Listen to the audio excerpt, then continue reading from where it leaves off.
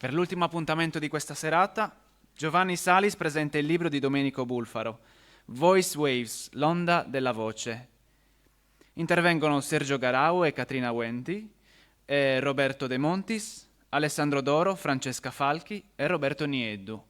Buona serata.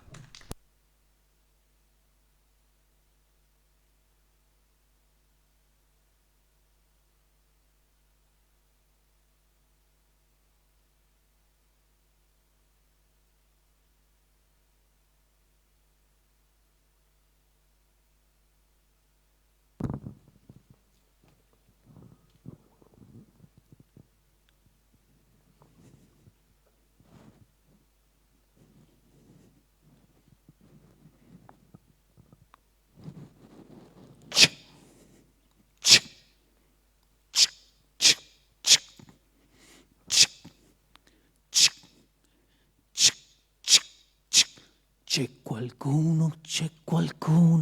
qualcuno che ti insegue. C'è qualcuno che ti insegue. Come un cieco che s'acceca, come un ciuco che si scalcia, come un beagle che si bracca o anaconde che si stritolano con le spire della fregola. Faccio un incubo ricorrente in cui torna sempre la domanda assillante.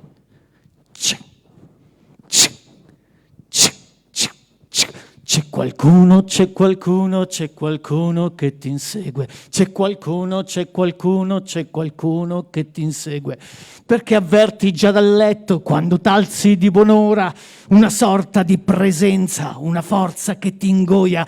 Colazioni con il tempo tracimato in un latte che s'arrangia sui fornelli, che ti beve, che ti mangia. Caffettiere ti riducono alle loro dipendenze e citate ti borbottano dalle loro ciminiere, dalla tazza che ti spinge a scherzarti fuori casa e si odora dalla pressa che non basta farti fuori, pedinarti da depresso, scampare a te stesso, alle arterie trafficate da persone ben compresse nella voce incastrata in incroci di lamiera, la cagnara che ti chiede: ma c'è qualcuno che ti insegue, c'è qualcuno che ti insegue. Eh sì. Ricevute, ritenute, bollettini da pagare, sempre carte sopra carte, carte in fila da firmare.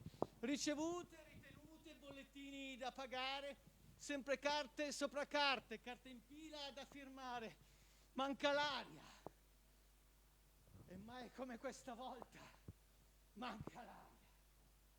Ma il respiro è una foglia che si strozza.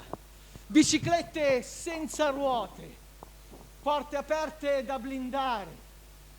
Vive in mezzo come un sonno, non ancora fatto sogno.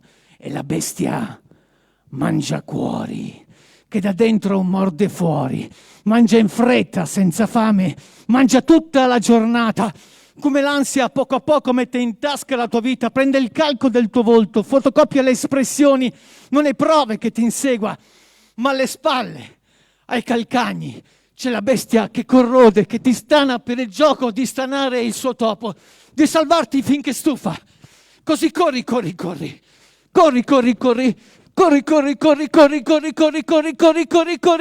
in fondo alla canna di pistola senza alcuna bestia dietro, senza alcuna via d'uscita, e ti sale dalla gola una doppia di lupara dalla lingua virulenta che fa clic, clic, clic, clic, e poi spara.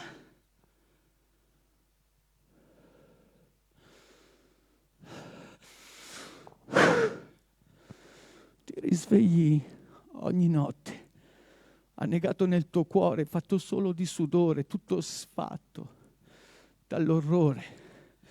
Tu l'avverti, incombente, che ti annusa, che ti vede, che sbranata ti domanda: c'è qualcuno che ti insegue. C'è qualcuno che ti insegue. C'è qualcuno? C'è qualcuno? Sì, c'è e ti insegue.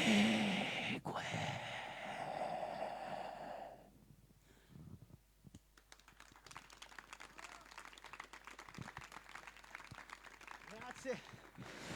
È impossibile fare un testo performativo con la mascherina, vi assicuro che è la prima volta che lo faccio e c'è ogni volta che respiri la ventosa della mascherina che ti tappa la bocca. Comunque, non so che cosa accadrà stasera, io però sono Dome Bulfaro e ho il piacere di invertire il ruolo ed è l'ospite che presenta invece colui che condurrà la serata, Giovanni Salis e Sergio Garau. Grazie a tutti. E quindi niente, adesso passo la palla a te. Il pezzo si intitola Mangiacuori ed è tratto dal libro Marciafilm, che è l'ultima mia opera pubblicata. Neanche io sapevo cosa sarebbe successo, grazie per averci presentato, Dome. Si sono invertiti i ruoli, come avete visto è sicuramente un incontro che avrà qualcosa di diverso rispetto a quelli che avete visto in questi giorni.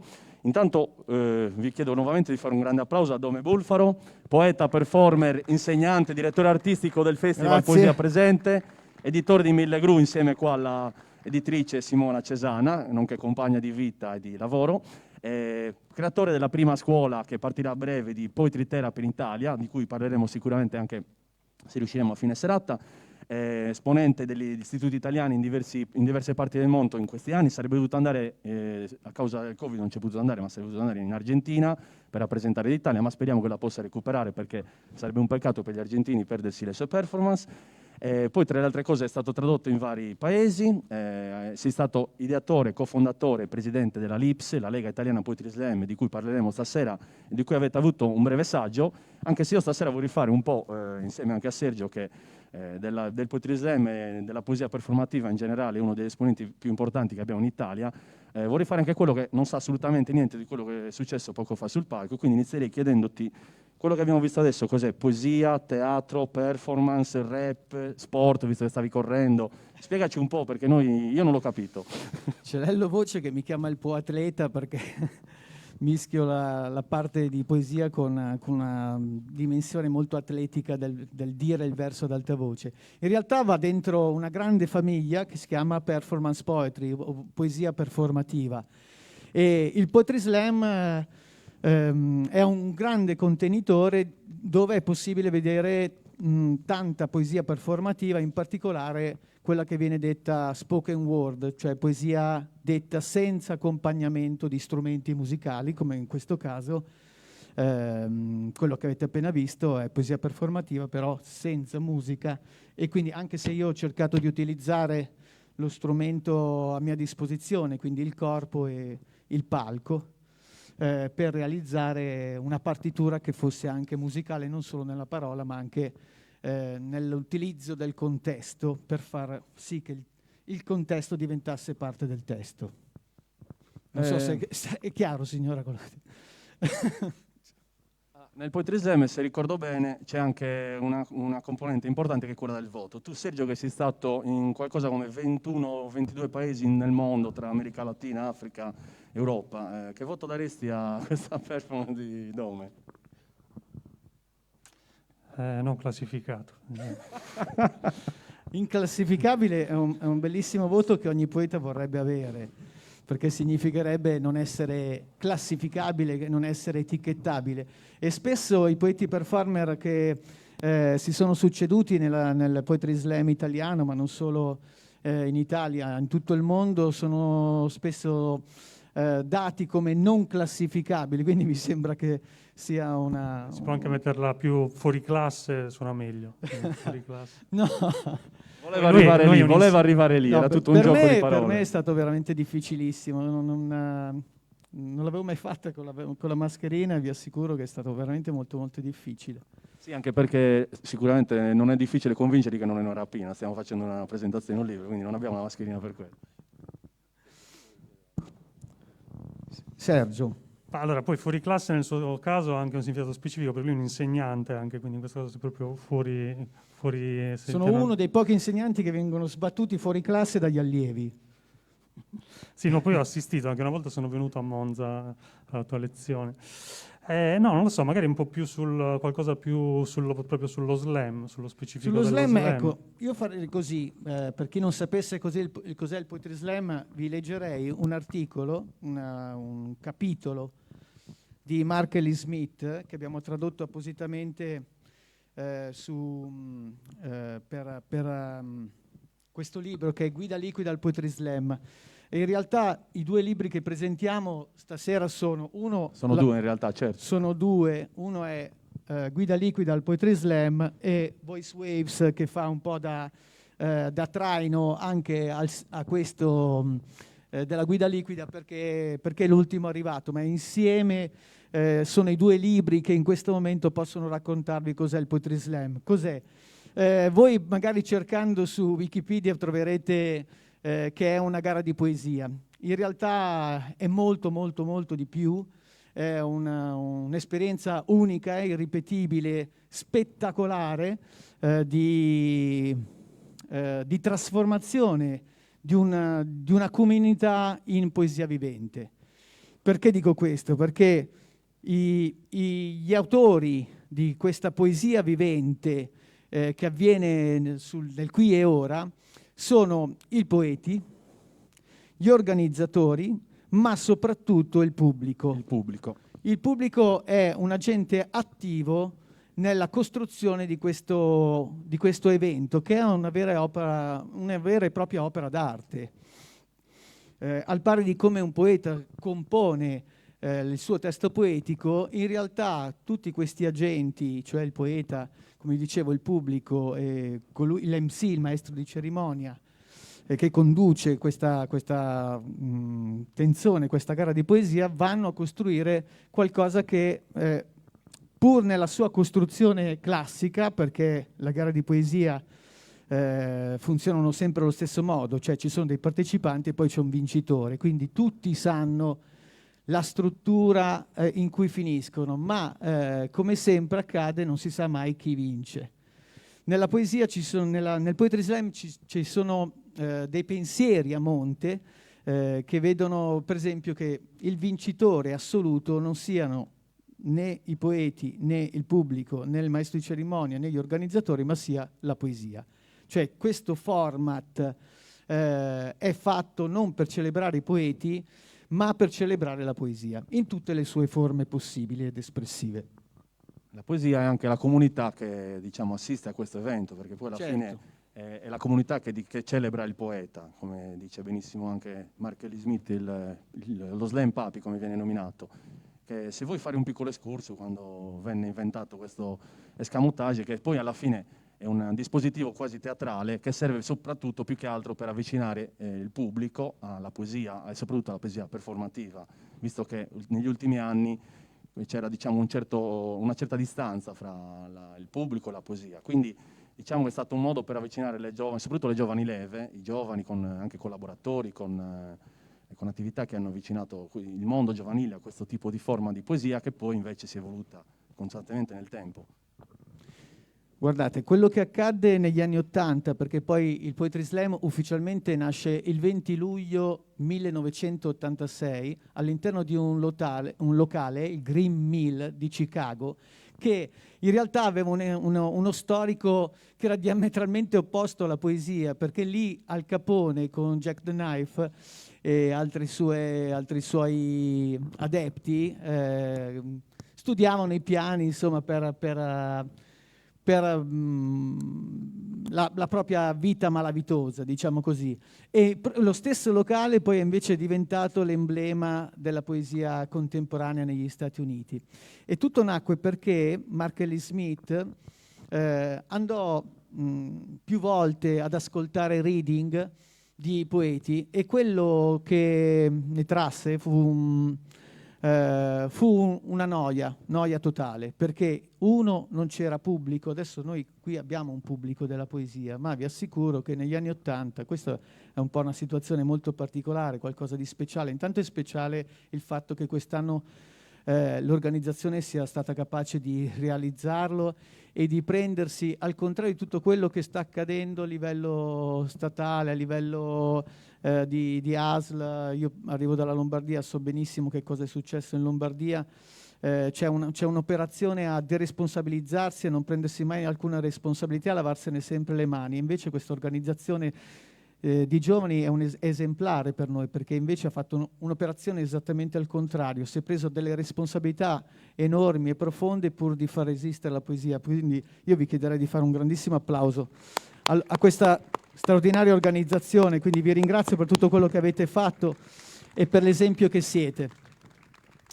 Quello che accade è che appunto il pubblico della poesia non c'era, cioè in realtà erano una manciata di poeti che andava a ascoltare un altro poeta e non aspettava altro che ci fosse una sorta di rotazione per andare a leggere il proprio testo. Il rapporto che c'era tra il poeta che leggeva e il pubblico era un rapporto molto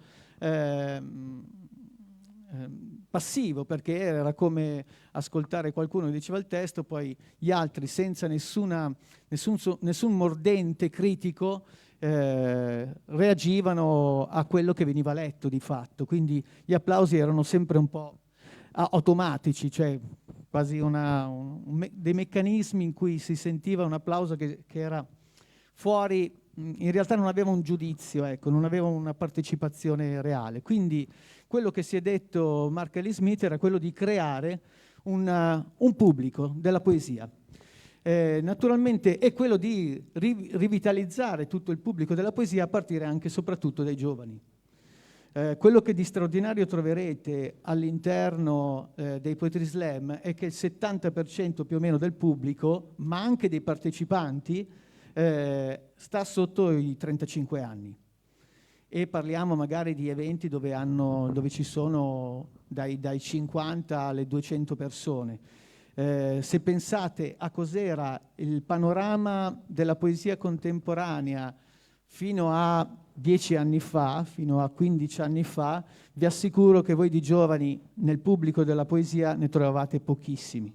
Quindi il grande merito del Poetry Slam è quello di aver veramente rivitalizzato un rapporto affettivo, d'amore tra la poesia e quell'età in cui la poesia fiorisce o dovrebbe fiorire. Questo per esempio è un grande merito del Poetry Slam. Di lì Mark Ellis Smith propose una serie di spettacoli in cui si performava, come un po' avete visto nel mio caso, i testi. In modo come vedremo anche successivamente all'interno della serata con diversi altri esponenti. E poi da lì partì l'idea del Poetry Slam, perché Gemilo, che gestiva questo Green Mill, chiese a Mark Ellis Smith di riempire 2 ore di tempo ogni domenica. Allora il gruppo che faceva parte, il gruppo di ricerca di Mark Ellis Smith, aveva degli spettacoli, ma non era in grado di riempire per così tante domeniche queste 2 ore di poesia, poi tra l'altro. E quindi divise la serata in 3 parti. Adesso vi sto raccontando qualcosa che è scritto nella guida liquida. Divise la serata in 3 parti e pensò: nella prima parte facciamo un open mic, cioè un microfono aperto, in modo che accogliamo e diamo a tutti la possibilità di dire il proprio pensiero, di dire i propri testi. Nella seconda parte invitiamo invece degli autori in cui crediamo sia bene che gli altri vedano, e nella terza parte invece facciamo questa gara di poesia. Pensava Mark Ellis Smith che in realtà la gara di poesia fosse quella meno attrattiva, e invece capì subito dalla prima serata che l'ultima parte era quella che prendeva più attenzione, perché c'era la dimensione della competizione, ma soprattutto perché si rompeva questa quarta parete che fino adesso abbiamo visto abbastanza presente, e il rapporto tra pubblico e poeta era un rapporto assolutamente di interattivo e quindi di relazione con l'altro. Ecco perché poi noi abbiamo deciso di togliere questo diaframma del tavolino e di entrare un po' più in rapporto con voi. Poi dopo questa esperienza di Mark Lee Smith si arriva, dopo diverse vicissitudini nel mondo, in Europa, anche in Italia. E tu, Sergio e altri esponenti del poetry italiano, anzi in quel momento della poesia, perché ancora il poetry non era arrivato in maniera preponderante, sentite l'esigenza di creare uno strumento, un mezzo che possa strutturare le piccole gare che nascevano in quel periodo anche in Italia in una maniera importante, quindi di collegare le varie scene, perché comunque erano nate tante scene, al punto che tu hai anche dichiarato che questa sera è stato nominato nell'incontro precedente il Poetry Slam, dopo che si è strutturato questo sistema nella Lega Italiana Poetry Slam, di cui parleremo adesso, è uno degli strumenti più importanti dopo il gruppo 63 e dopo il futurismo. Quindi se ci vuoi un po' raccontare anche con Sergio che cosa vi ha spinto a far nascere questa associazione che dopo 7 anni in questo momento è una realtà vivissima, presente con centinaia di eventi in tutta Italia, migliaia di poeti o aspiranti tali e performer che partecipano, si riconoscono, scrivono libri, fanno spettacoli e che stanno portando il nome del poetry, ma comunque della poesia, in luoghi sconosciuti, dalle pizzerie ai ristoranti, ai musei, ai giardini, alle spiagge, in qualsiasi posto dove ci sia la necessità e la voglia di creare una comunità che vuole ascoltare la poesia e fondersi in essa e riconoscere poeti anche per solo un giorno, quelle persone che recitano in quell'occasione. Io qui vorrei lasciare la parola a Sergio perché in realtà è la persona più indicata, perché proprio il Poetry Slam l'ha attraversato tutto. In Italia è arrivato, importato dall'America da parte di Lello Voce nel 2001, ma Sergio è partito invece subito, agganciato a questa esperienza subito dall'anno successivo, e quindi insomma lo conosce perché proprio l'ha vissuto dall'interno fin dalla nascita, quindi lascerei a te la parola di raccontare. D'accordo. Anche se tu sei più fondato, sei un attimo prima come fondatore della Lipsum. Comunque sì, io il primo slam che ho visto è stato alla Mole Antonelliana di Torino ed era anche il primo slam internazionale in più lingue mai fatto, ed è rappresentato da Lello Voce. E da quel momento lì poi vi erano degli slam nei festival. In Italia, a differenza di altre scene, lo slam è arrivato attraverso Lello Voce proprio subito nelle scene della poesia. Quindi nel primo slam fatto in Italia, a Roma, peraltro il 21 marzo, festa appunto della poesia, UNESCO, c'era Magrelli in prima fila. Era qua ospite l'anno scorso. Esatto. E niente, quindi lo slam in Italia inizia, diciamo, se vogliamo, dall'alto, comunque insomma dalla scena dei festival, e poi mano a mano, adesso ovviamente il programma potrebbe durare 4 giorni più o meno, la scaletta di Giovanni Salis. Potremmo dire sono tantissimi. Mano a mano nasce anche invece nei locali e nelle scene più, diciamo, informali, se vogliamo usare una parola vieca, underground. E dopo, insomma, diciamo, la Lips cercava un po' di unire queste due anime del Poetry Slam che in Italia erano sempre state invece tutto sommato parallele, quindi l'aspetto, diciamo, più istituzionale o riconosciuto anche da certi ambienti all'aspetto più invece dal basso. E effettivamente il fatto di fare un campionato ha poi portato a una crescita esponenziale del movimento, che è arrivato a, 500 slam più o meno l'anno scorso. È tutto costruito in una sorta appunto di campionato dove ci si può qualificare sempre progressivamente fino al campionato intergalattico che si svolge sempre su Marte ogni anno. Dunque, grazie ai marziani, applauso ai marziani, che in questo momento sono senza mascherina. Dunque, insieme alla Lips poi è nato anche nelle varie regioni, è nato anche nel Poetry Slam Sardegna con Giovanni Salis, l'abbiamo fondato insieme. Io e Sergio l'abbiamo fondato. Insomma, non so cos'altro possiamo dire. Io ascolterei un pezzo, un testo. Sì, che dite? In realtà avevamo, adesso era il momento, anche perché stiamo parlando da 20 minuti e si stanno magari già annoiando. Abbiamo un esempio di un... Non diciamo niente, anzi diciamo dopo la sua performance. Comunque dovremmo avere Alessandro Doros, è qua in sala, perché prima mi ha detto che doveva... È ritornato. Arriva eccolo. Alessandro Doro, si sta preparando. Intanto, allora, accogliamolo con un bel applauso. Esatto.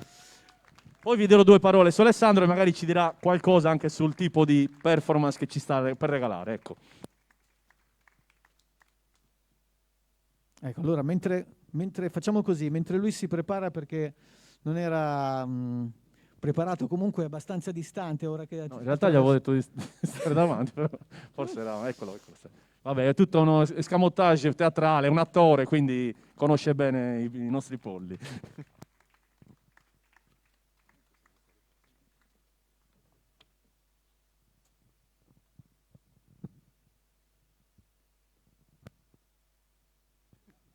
Siamo noi, anche con la mascherina. Con 2 mascherine lo vuoi dire? Allora, hai anche la facoltà di presentare il tuo testo e di dire 2 parole.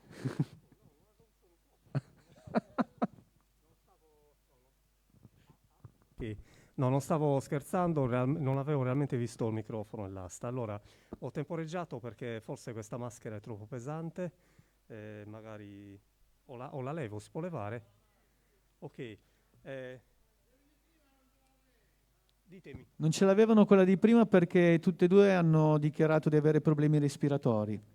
Tra gli altri sicuramente. E quindi, però noi che non abbiamo dichiarato di avere problemi respiratori, Ok. dobbiamo portarla. Bene, quindi faccio un pezzo direttamente. Allora, no, io in realtà avevo deciso di più che un pezzo preparare un discorso, nel senso che allora io le poesie che ho iniziato a scrivere per il Poetry Slam, c'è un riverbero che non so se si sente no, è solo qua, perfetto. Ok. Allora, in realtà io ho sempre scritto canzoni, ho scritto anche per il teatro, performance e altre attività, dei testi molto esistenzialisti, che però avevano fondamentalmente la caratteristica di di giocare sul ritmo, sul silenzio, sull'attesa, su dei giochi di suono, fondamentalmente, almeno nella mia visione delle cose, invisibili, cioè i giochi di parole, chiamiamoli così, le tecniche della poesia erano applicate alla mia scrittura in modo che non fossero palesi.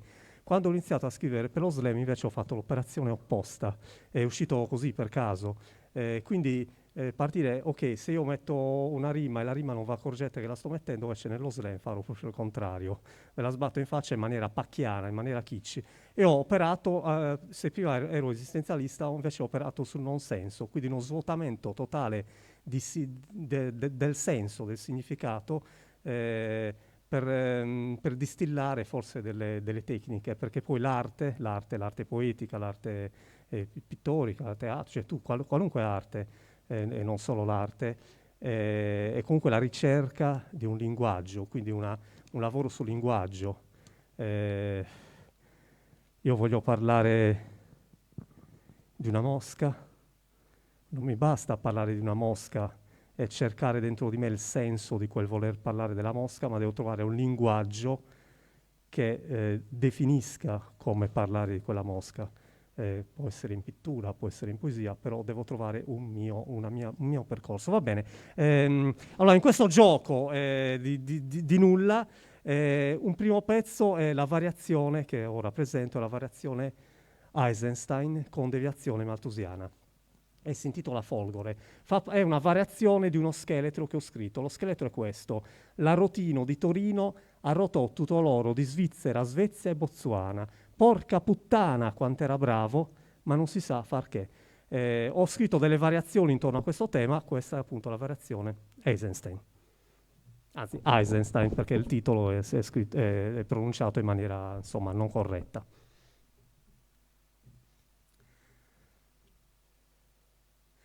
L'arrotino di Torino arrotò tutto l'oro di Zara, Roma, Novi e Grado. E con lieni in Odessa rotolò per la Scala, teatro di guerra, corazzata di carrozzine, chiarori di corazzini, corazzieri azeri, bombardieri avieri, inespugnabili fortini, inferno di manganelli, barricate, palizzate, campana rintronante, ardenti, soffici, lame, merini. Nel frattempo, nel parterre di Petrolini, appresso a un peto di Trilussa, lo zar di Russia urlava: «Una gadda da vida! porca zoccola, è pazzesco, Palazzeschi si rivolta, la pellicola si riavvolga presto, e poi... nulla. E niente, allora il nulla era appunto la variazione, la deviazione malthusiana dell'ultima sillaba, dell'ultima vocale che manca. Allora, abbiamo parlato prima di poesia performativa. Ora io ho fatto una serie di movimenti che in realtà non sono altro che parodia di modi di declamare la poesia. Cioè già alla fine dell'Ottocento, ben prima del futurismo, già si prendeva per il culo, si può dire questa parola, gli attoroni che declamavano e recitavano la poesia insomma. Allora, per me poesia performativa, cioè la poesia è una cosa importante, parte da degli elementi. Quindi se vuoi fare poesia performativa, quell'atto performativo deve essere elemento della poesia. In questo caso ho fatto dei gesti che non erano altro che parodici, nulla a che vedere con una performance, ecco. Che poi spesso in realtà noi slammer non solo facciamo appunto delle cose che però sono extra poetiche, secondo me. Boh, non so, parliamone. Come? Ok, allora all'interno di questa raccolta di poesie nonsense, quindi di giochi fondamentalmente, di suoni e di parole, ho inserito un pezzo che in genere presento come se fosse una storia quasi cristologica. È un gioco, questo gioco consiste in un incrocio di chiasmi. Ci sono 4 parole che in successione formano un chiasmo e poi danno inizio ad altri 4 chiasmi, insomma, puramente fonetici. Che altro dire? Ecco, si intitola Ostia, la parola si fa carne e sacrificio.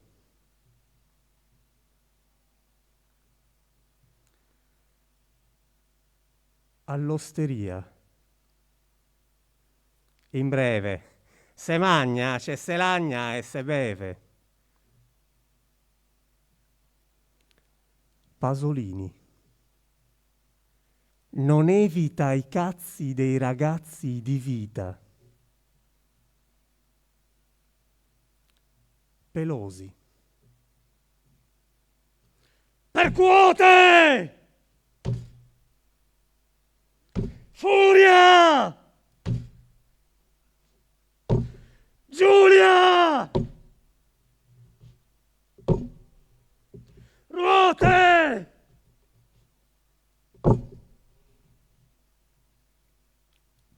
A Ostia, l'amore è lieve, lì vive e lì muore. Ora, qui c'è una storia vera, una storia anche, insomma, che tutti conosciamo, che è distillata proprio veramente in un gioco di parole. Quindi torniamo comunque al fatto che sto svuotando di senso, cioè non ho detto non ho fatto nessun approccio alla morale, etico, politico, a quello che è successo realmente in una storia tragica. Abbiamo quanti minuti a testa? No, mi sa che ciao. Vuoi qualcos'altro? Ringraziamo. Volendo aprire un altro pezzo. Un altro pezzo? Non so. Dai, gli insetti?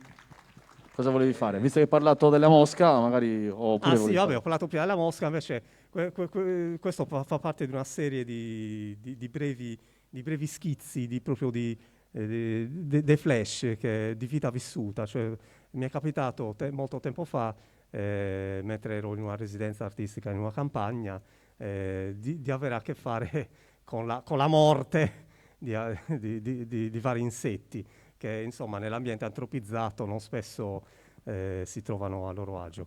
Uno di questi è la zanzara, appunto. Questi sono stati scritti per lo slam, li ho scritti per stare sulla carta. Infatti questo pezzo, che è Slam Clap Clap, il titolo è venuto molto dopo, infatti non è un senza titolo fondamentalmente, fa così: eccessiva, eccezionale sazietà allentate, tattiche e riflessi, rossi fuochi artificiali. Ora, questa cosa poi l'ho detta varie volte allo slam, l'ho declamata, non so, e dicevo, ma come si fa? Cioè, non posso dire davanti a un microfono, davanti alla gente questa poesia, deve rimanere sulla carta, sempre che si possa definire poesia. Poi invece un giorno mi sono alzato, veramente, ho scoperto, mi è venuto questo flash, che appunto riguarda il suono.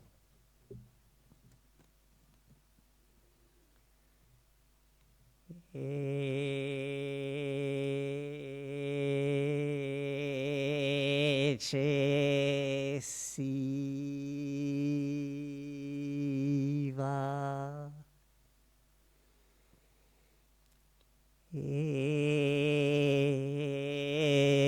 eccezionale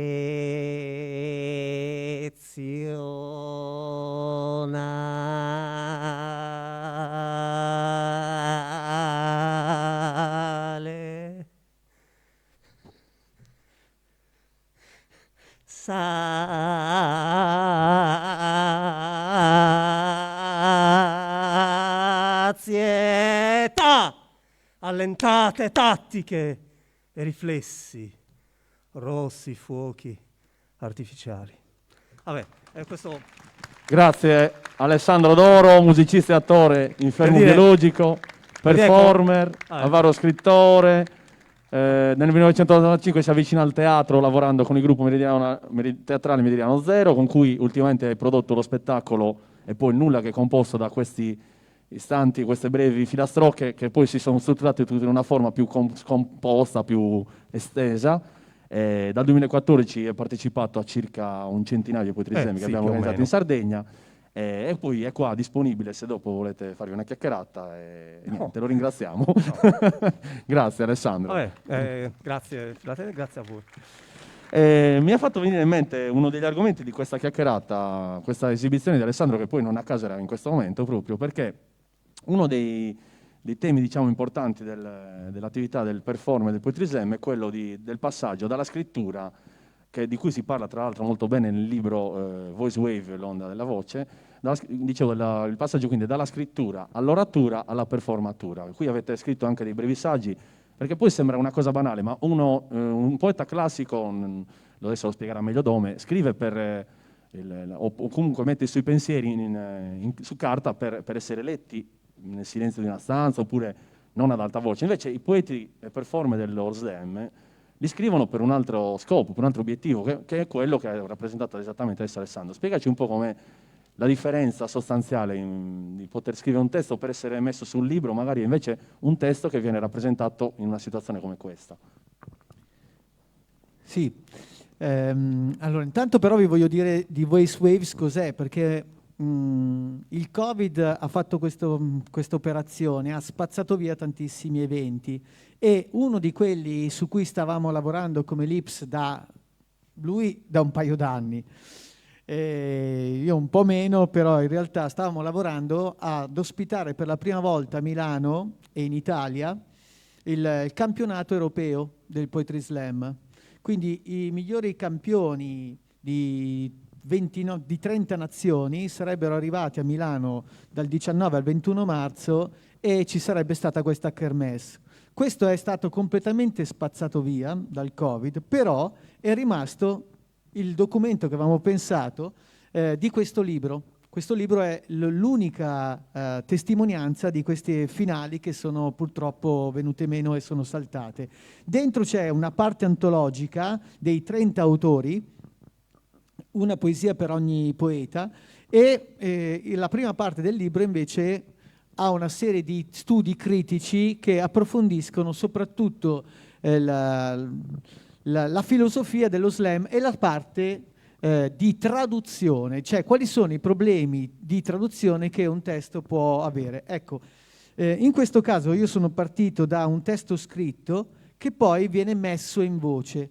Questa operazione, cioè quello che avete anche visto con Domenico Brancale, con altri poeti che si sono susseguiti qui su questo palco, è quello di mettere in voce un testo scritto. E Brancale ha un po' iniziato a dire quello che adesso sviluppo io, cioè il fatto che in realtà il testo scritto e il testo detto ad alta voce, avendo il testo scritto di fronte, in realtà è una riscrittura.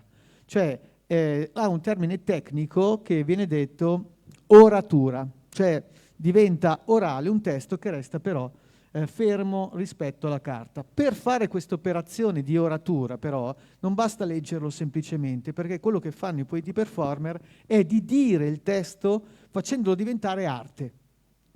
Cioè sono due le arti che vengono messe in campo, l'arte di scrivere e l'arte di dire il testo scritto ad alta voce. Questa è una differenza sostanziale, perché tutti possono prendere un testo e dirlo, ma non tutti riescono a farlo con arte. Quello che noi cerchiamo di fare è invece di portare il come viene detto il testo, farlo diventare un nuovo testo che prende una nuova vita. L'altro passaggio è invece quello che avete visto con me. Cioè quando io invece che leggere il testo lo dico a memoria e porto il testo dentro il mio corpo e lo utilizzo tutto il corpo, quindi incorporo il testo, faccio quella che è la performatura. Quindi le scritture sono 3: scrittura, oratura, performatura. Tutto quello che nella performance fa parte del dire ad alta voce, del performare, diventa il testo. Quindi, per esempio, questo non è scritto sul testo, però nel momento in cui performo questo testo, questo rumore qui fa parte della mia parola. Se io agisco e metto dei gesti, anche per quanto parodici, come diceva prima Alessandro Doro, in realtà i gesti non sono altro che forme diverse di parola. Quindi il testo scritto, se per esempio arriva un colpo di campana e soprattutto io utilizzo il colpo di campana e lo inserisco come materiale sonoro della mia performance, in realtà anche i suoni delle campane fanno parte di questo testo performativo, e l'abilità del performer è proprio quello di portare tutti questi materiali sonori o visivi che ci sono all'interno di questa scena, di questo contesto, all'interno appunto del testo. Quindi questa è un po' l'operazione, e c'è uno studio abbastanza approfondito di queste tre scritture, come avvengono e cosa accade, sempre nel qui e ora, perché poi spesso il fatto che venga scritto nel qui e ora è fondamentale per chi fa poesia performativa. Ci sono, per esempio, c'è un piccolo, per farvi capire la differenza. Il testo scritto è come se fosse una lastra di ghiaccio, dove però sotto questo ghiaccio, in realtà, per quanto il testo sia muto, ribolle un'infinità di vita.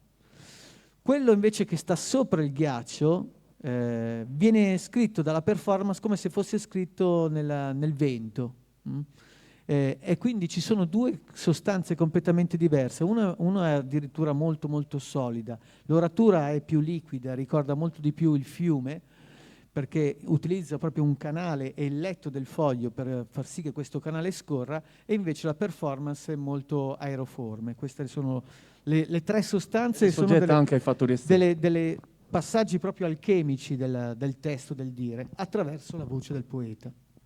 Adesso vorrei chiamare sul palco un altro rappresentante del poetismo in Sardegna, perché mi è venuto proprio in mente che questo che chiameremo adesso poeta performer ha preso un testo invece di un poeta improvvisatore sardo, uno fra i più importanti che abbiamo avuto qua in Sardegna, perché qua tu sai benissimo, perché l'hai studiato anche tu nel tuo lavoro, che in Sardegna abbiamo una grande tradizione di poesia, di improvvisazione e di gare, poi magari ne parleremo meglio. Adesso mi stava venendo proprio in mente che abbiamo stasera un esempio di un testo che viene preso, scritto tanti anni fa, da un poeta e un performer vivente attuale, e viene riscritto, trasformato e rappresentato con una nuova vita. Quindi chiamerei sul palco Roberto De Montis.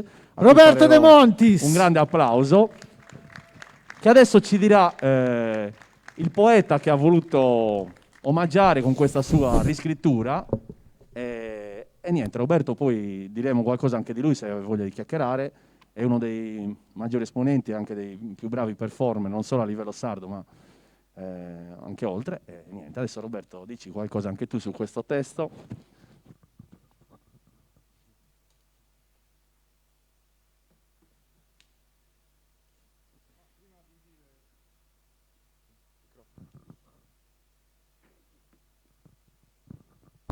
Prima di dire qualcosa sul testo, ho voglia di dire qualcosa che non condivido. Il fatto che è giusto aver paura, ma non bisogna neanche esagerare nell'aver paura. La paura e la prudenza vanno misurate a giuste dosi. È giusto aver paura di questa cosa, del Covid-19. È giusto averne timore e anche rispetto, perché tante persone sono andate via. Però lo trovo assai banale mettere più limiti di quelli che giustamente il buon senso detta.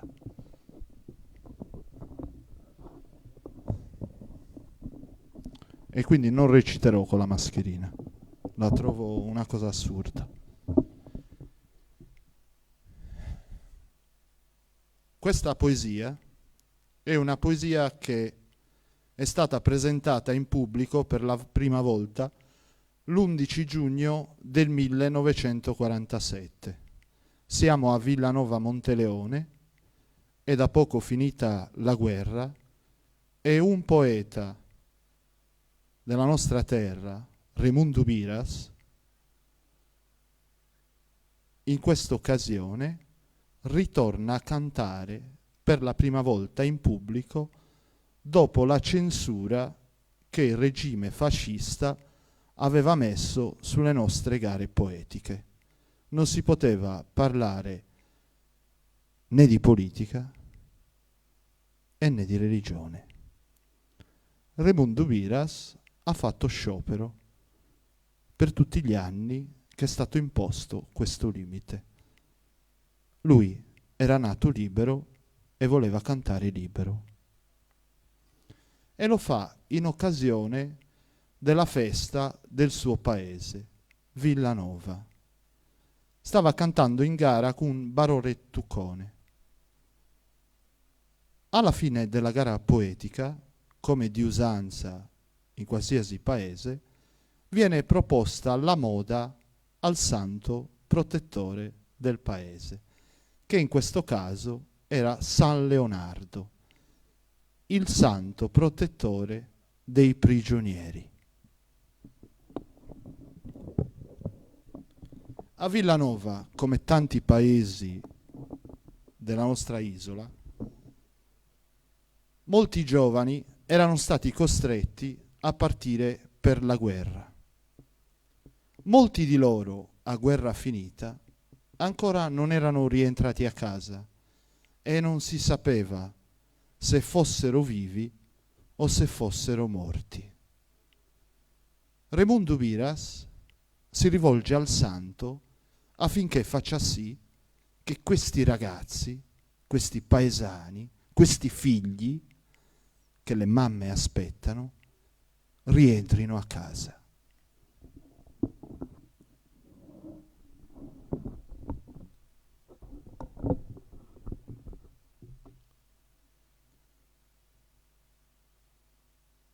Nenaldo, sun 3 anni che ti prego, pro so disperso dei gulla dimora.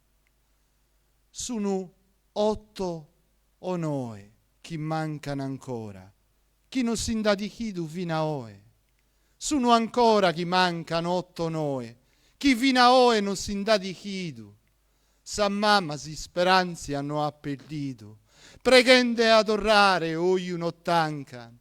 Sono 8 noi che ancora mancano, chi non si indati chidu fino a oi. Sono ancora chi mancano 8 noi, chi fino a oi non si indati chidu. Sa mamma si speranzi hanno appellito, non tanca noi ad orrare e preghende, quando partito sono a Dio unende, tutto a saltare dos un bennitos. A Dio unende, quando son partito, sun totuenitos a su tuo altare, cadando speraian de torrare, tan aleato a protettore insoro. E quando mai si due a su un coro, su pianto e sa mamma l'assagai, si desospreso neris e su santo, si non se tu e precadando a chi è. Michi che imbanno no è una die, pro chi se t'affizzo sono umano, michi non sono una die che imbanno, sono umano pro che fizzo i setta, e quando mai in su che non prenetta culta oghe de miseria e de dolore.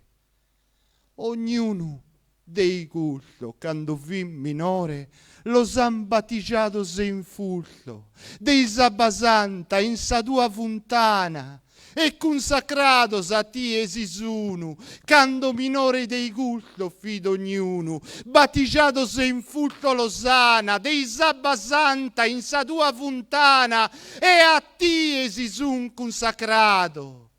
Nara si sono isolto sollicato, tu elighi si son bio son morto, nara si son ligato so isolto, tu elighi si son morto so bio. E asciutta ogni coppierio de pianto materno e consolato. Sa mamma, chi un ufficio ad allattato, dell'udorrare a bide, radisizzo, so io orfanato, mai poterrie, cade sa vita, sa trama si seca, su coro umano in su dolore annega, quando sospira e prega d'invano. In su dolore annega coro umano, quando invano prega dei sospira, e dai sa divina volza mira, balsamo a risanare sapiae, e mira dai sa divina volza dae, luce conforto in su terreno iscuro, ambizione umana e coro duro, che lo sangiutto dà in sinsoro terra, ma non la nisso chelfi da sa guerra, che lo sana obbligo leados, e zeltu non lo saian allevados a mamma pro restare in su deserto, non lo saian allevato certo in su deserto a restare sa mamma. Nen alto, prui te chi non lo chiama, iso scaros parente as affetto, teo congruo e confido in sisetto. E mentre prego a tie, spero e creo, casa ponne riparo a sos affannos, a giua culto popolo diletto, già che in soro interprete sodeo, pro di pote effettare a metà annos.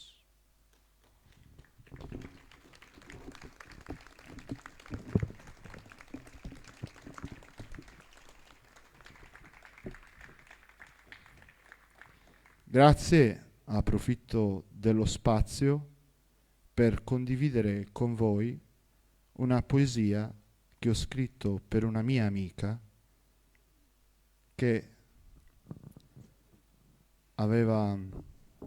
stava attraversando un periodo difficile, e quando è arrivato il Covid, il lockdown,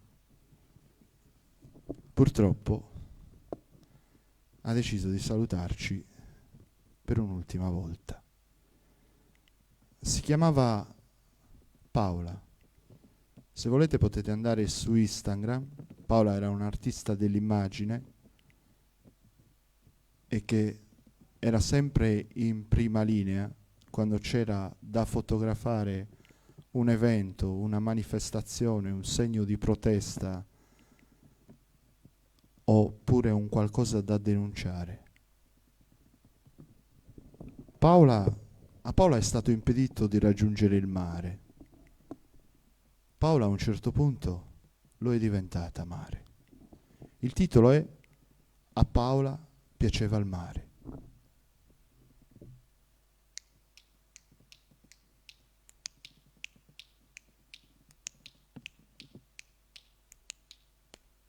A Paola piaceva il mare.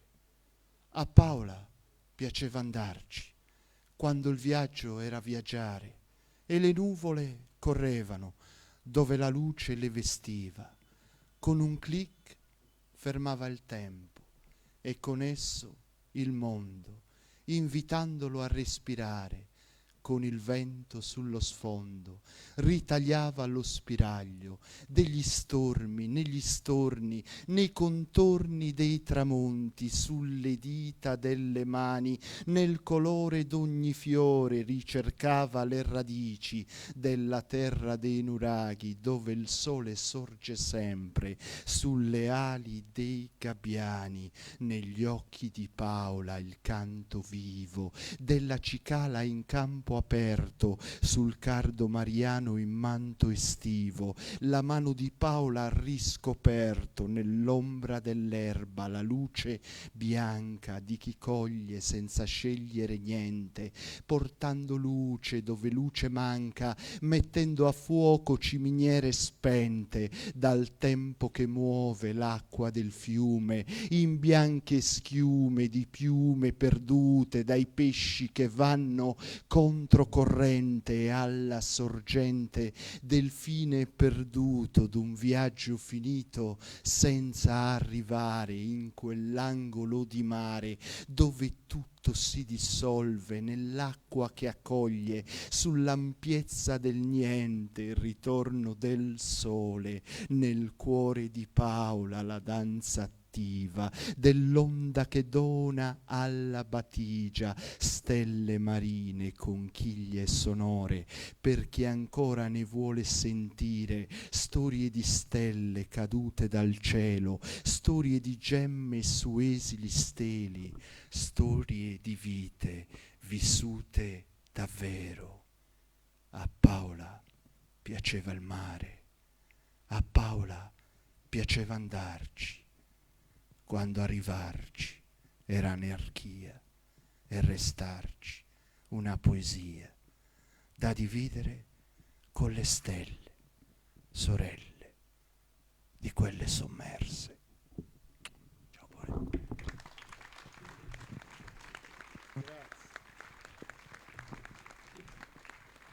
Questo era Roberto De Montis, che ringraziamo per averci regalato queste due poesie, l'omaggio a Raimondo Piras e questo ricordo di Paola, che conosciamo alcuni di noi.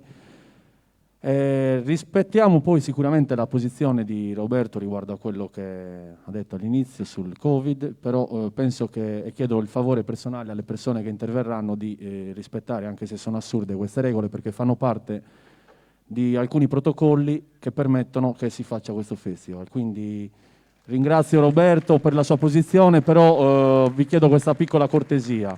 E niente, quindi era giusto ricordare questa cosa qua. No, certo, perché il dissenso, per esempio, il dissing è una delle parti caratteristiche del Poetry Slam. Quindi, siccome queste gare di poesia avvengono con una selezione di 5 persone a caso, questo avviene solitamente, e queste 5 persone a caso danno dei voti da 1 a 10, e quando la poesia non piace o non piace come viene detta prende un voto basso, oppure il pubblico fischia quando non piace. Quindi il dissing e il dissenso nel Poetry Slam è proprio un elemento caratteristico. Però un altro degli elementi caratteristici del Poetry Slam è che i poeti sono servitori della poesia. Ora, questo festival è un presidio della poesia. Il compito di ogni persona che sale su questo palco è di tutelare coloro che hanno realizzato e organizzato questo festival, perché questo è un cuore pulsante di poesia.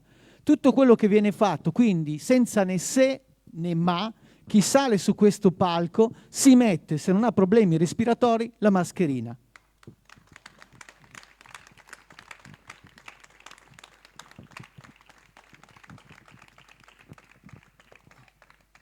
Poi c'è quindi la dimensione del servire l'altro, del servire il poeta.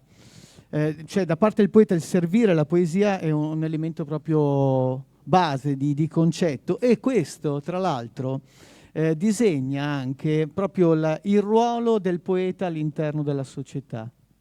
Esatto, ma tu che ruolo gli dai al poeta, alla società? Tu quando hai iniziato a fare poesia, per esempio, con che obiettivo hai iniziato a scrivere e poi successivamente a performare? Cosa ti è nato che ti ha dato questa voglia di esibirti e di trasmettere qualcosa che hai dentro all'esterno, quindi a un pubblico che poi anche giudica, oltretutto, nella performance del Poetry Slam?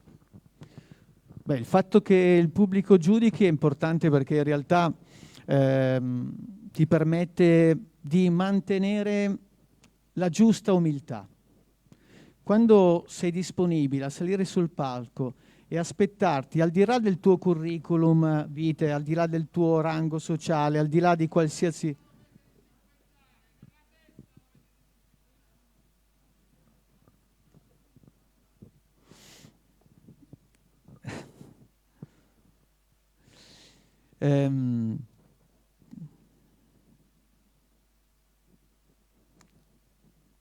Beh, questo può accadere, insomma.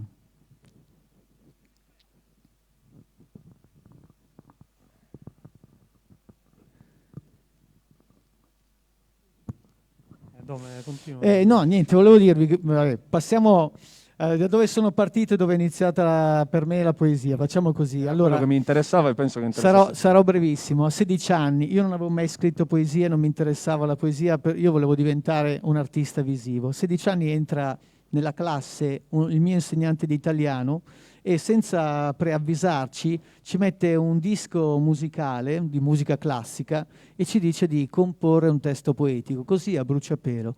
E inaspettatamente mi si è aperta una sorta di fonte che ha cominciato a sgorgare, quindi a tirare fuori parole una dietro l'altra, e mi sento in questo ancora oggi come se continuassi a scrivere quella poesia che ho iniziato all'età di 16 anni. La poesia è arrivata così in modo assolutamente inaspettato, e spesso le cose più belle arrivano così. Tu pensi di progettare la vita in un certo modo e poi invece la vita entra a gamba tesa, e entrando a gamba tesa a volte, come è accaduto a Paola, entra in malo modo, e altre volte invece in modo straordinario, e quindi quella volta ha capito in modo straordinario a me. Così è iniziata la mia vita poetica. Però più che, diciamo così, autoaffermarsi poeti, io preferisco dire che più che essere un poeta sono un servitore della poesia. Mi piace mettermi veramente a disposizione della poesia e far sì, per esempio, che quello che accade nel Poetry Slam si realizzi, cioè il fatto che voi adesso avete ascoltato già 3 poeti, sono 3 stili molto diversi anche di performare, di pensare la poesia performata, e questo è la possibilità espressiva a 360 gradi della poesia. In un Poetry Slam noi la possiamo ritrovare, perché trovate anche delle persone che leggono in modo assolutamente classico e canonico, e altri invece che utilizzano i suoni, altri che utilizzano la danza, altri che arrivano dall'hip hop e quindi rappano di più, altri che arrivano dal cantautorato. Ecco, quello che è successo con il Poetry Slam è la possibilità di vedere in una stessa serata più stili e far sì che ci sia una contaminazione di questi stili. Ma magari ascoltiamone già un altro. Sì, a proposito infatti come dicevi tu, della diversità di stili, del fatto che a volte partecipano alle gare di poesia, di Poetry Slam, persone che leggono semplicemente la poesia, adesso chiameremo invece un poeta che si è avvicinato un po' a questo mondo, ma viene invece da una tradizione molto più antica, che è quella legata soprattutto alla gara sarda di poesia, che prende un argomento che magari in quel momento di dominio pubblico, comunque che coinvolge la comunità, ci scrive una poesia e in particolare lo usa anche come attacco, come modo per dissacrare, per prendere in giro e per stigmatizzare quel tipo di problema di persona. Ed è stato bellissimo, perché comunque è un po' quello che abbiamo cercato anche con Sergio di fare quando abbiamo fondato nel 2013 questo movimento, di cercare anche di recuperare un po' quella dimensione che si era completamente persa, oppure che c'è ancora nei paesi ma che viene ormai seguita dai vecchietti, mentre i giovani la sopportano a malapena. Io parlo, io sono di Ploaghe, quindi la vivo anch'io e continuo a farla eseguire, ma è veramente molto distante dal pubblico. Invece il fatto che si sono avvicinate al mondo del Poetry Slam delle persone che erano figlie di quella generazione lì, quindi che amavano le gare di poesia, per noi è stata una cosa molto importante, vero Sergio? Comunque che... No, sì, quello che dicevi Domi all'inizio, che la situazione del pubblico in una piazza, no? Che segue la poesia, in realtà in Sardegna, come anche in altri luoghi del Mediterraneo, non solo, è una tradizione che c'è sempre stata, è sempre rimasta viva. Mia nonna portava la sabanchitta, andava in piazza a Pattada, portava lo sgabello per sedersi e ad ascoltare i poeti. Quindi questa si è parlato anche di oralità secondaria, no? Quindi, che cioè Omero non è che le gare di poesia l'ha inventata Mark Smith a Chicago negli anni '80, c'era anche Omero, Esiodo, Minosse, questi individui. C'è qualcuno che ha fantasticato su una prima gara tra Esiodo e Omero a Creta, cosa che ovviamente non si è mai verificata. Secondo questa fantasia avrebbe vinto Esiodo perché era più performativo di Omero, nonostante Omero avesse i testi scritti meglio. Quindi diciamo questa è una tradizione che c'è sempre stata. Noi facendo il Poetry Slam Sardegna abbiamo notato che effettivamente si inseriva, non c'era bisogno, che ne so, magari forse in una realtà metropolitana come potrebbe essere, non so, Milano, mi viene in mente adesso, forse lì bisogna ricostituire delle comunità a livello anche temporaneo, si parla di zona temporanea autonoma, no? Mentre in Sardegna, quando abbiamo, ad esempio, non so, citerei Gavoi anche, che forse è una delle realtà che più ci ha supportato, dove effettivamente il primo slam non c'era bisogno neanche di presentarlo. Noi siamo arrivati lì e loro sapevano, c'era un pubblico che andava dal neonato nella culla al novantenne col bastone, e tutti, anche il neonato più di tutti, sapevano esattamente quello che sarebbe successo di lì a poco. Non c'era assolutamente bisogno di introdurre, di creare una comunità. La comunità era lì che aspettava soltanto di essere celebrata e anche di autocelebrarsi, perché poi molti hanno anche partecipato. Una cosa, forse un piccolo scarto tra la gara poetica e lo slam, che per la prima volta si sono incontrati a un festival quest'anno, e forse anche che mentre la gara poetica rispetta delle regole ferree, no? A livello proprio formale, invece lo slam lascia un'apertura massima, non c'è nessun limite di forma né di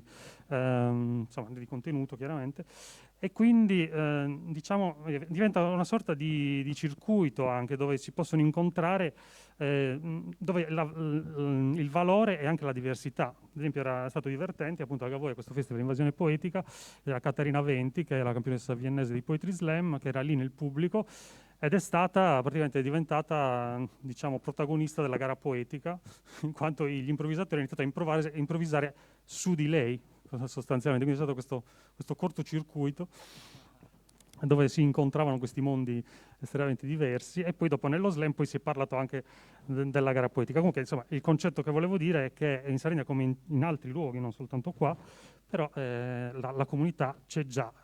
Lo slam è semplicemente una delle tante possibilità, strategie, trucco, la gara è un trucco, una strategia per attirare il pubblico alla poesia, per rivitalizzare e dare un'altra possibilità di esprimersi alla comunità intorno alla poesia e al poeta. Bene, chiamiamo Roberto. Adesso chiamiamo invece Roberto Nieddu qua sul palco, che ci farà fare un applauso a Roberto Nieddu. Applauso. Doveroso. Che adesso ci farà sentire alcune sue composizioni fatte con quello stile invece di cui parlava Sergio, che è legato molto di più a quel tipo di gara a cui forse alcuni di voi sono abituati.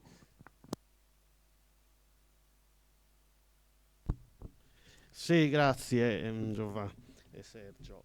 Dunque, io ho scritto, sono di Burgos, quindi ho scritto questa composizione in sardo logudorese, sarebbe.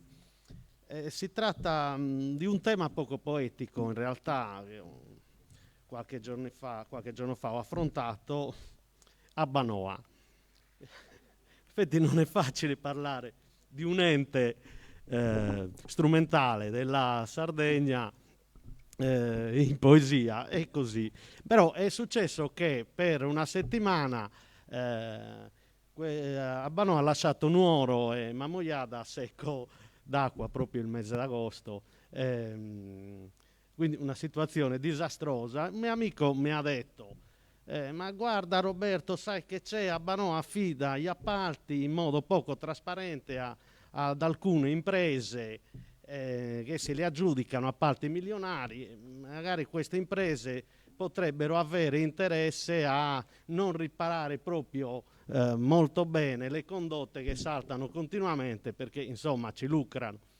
Io ho detto: ma mi sembra strano che in Italia succedano queste cose. Comunque io ho scritto questa composizione, il titolo è Sabasarda e Abbanoa. Pro salvare la Sardegna intrea, canacchi bividi sa sicidade, enter de gestione in cantidade, faghene una sola cadrea, un ente unico vicussa s'idea, che assorbiado 11 entidade, sorgovernante de su popolo nostro, gai han creato su grande idromostru.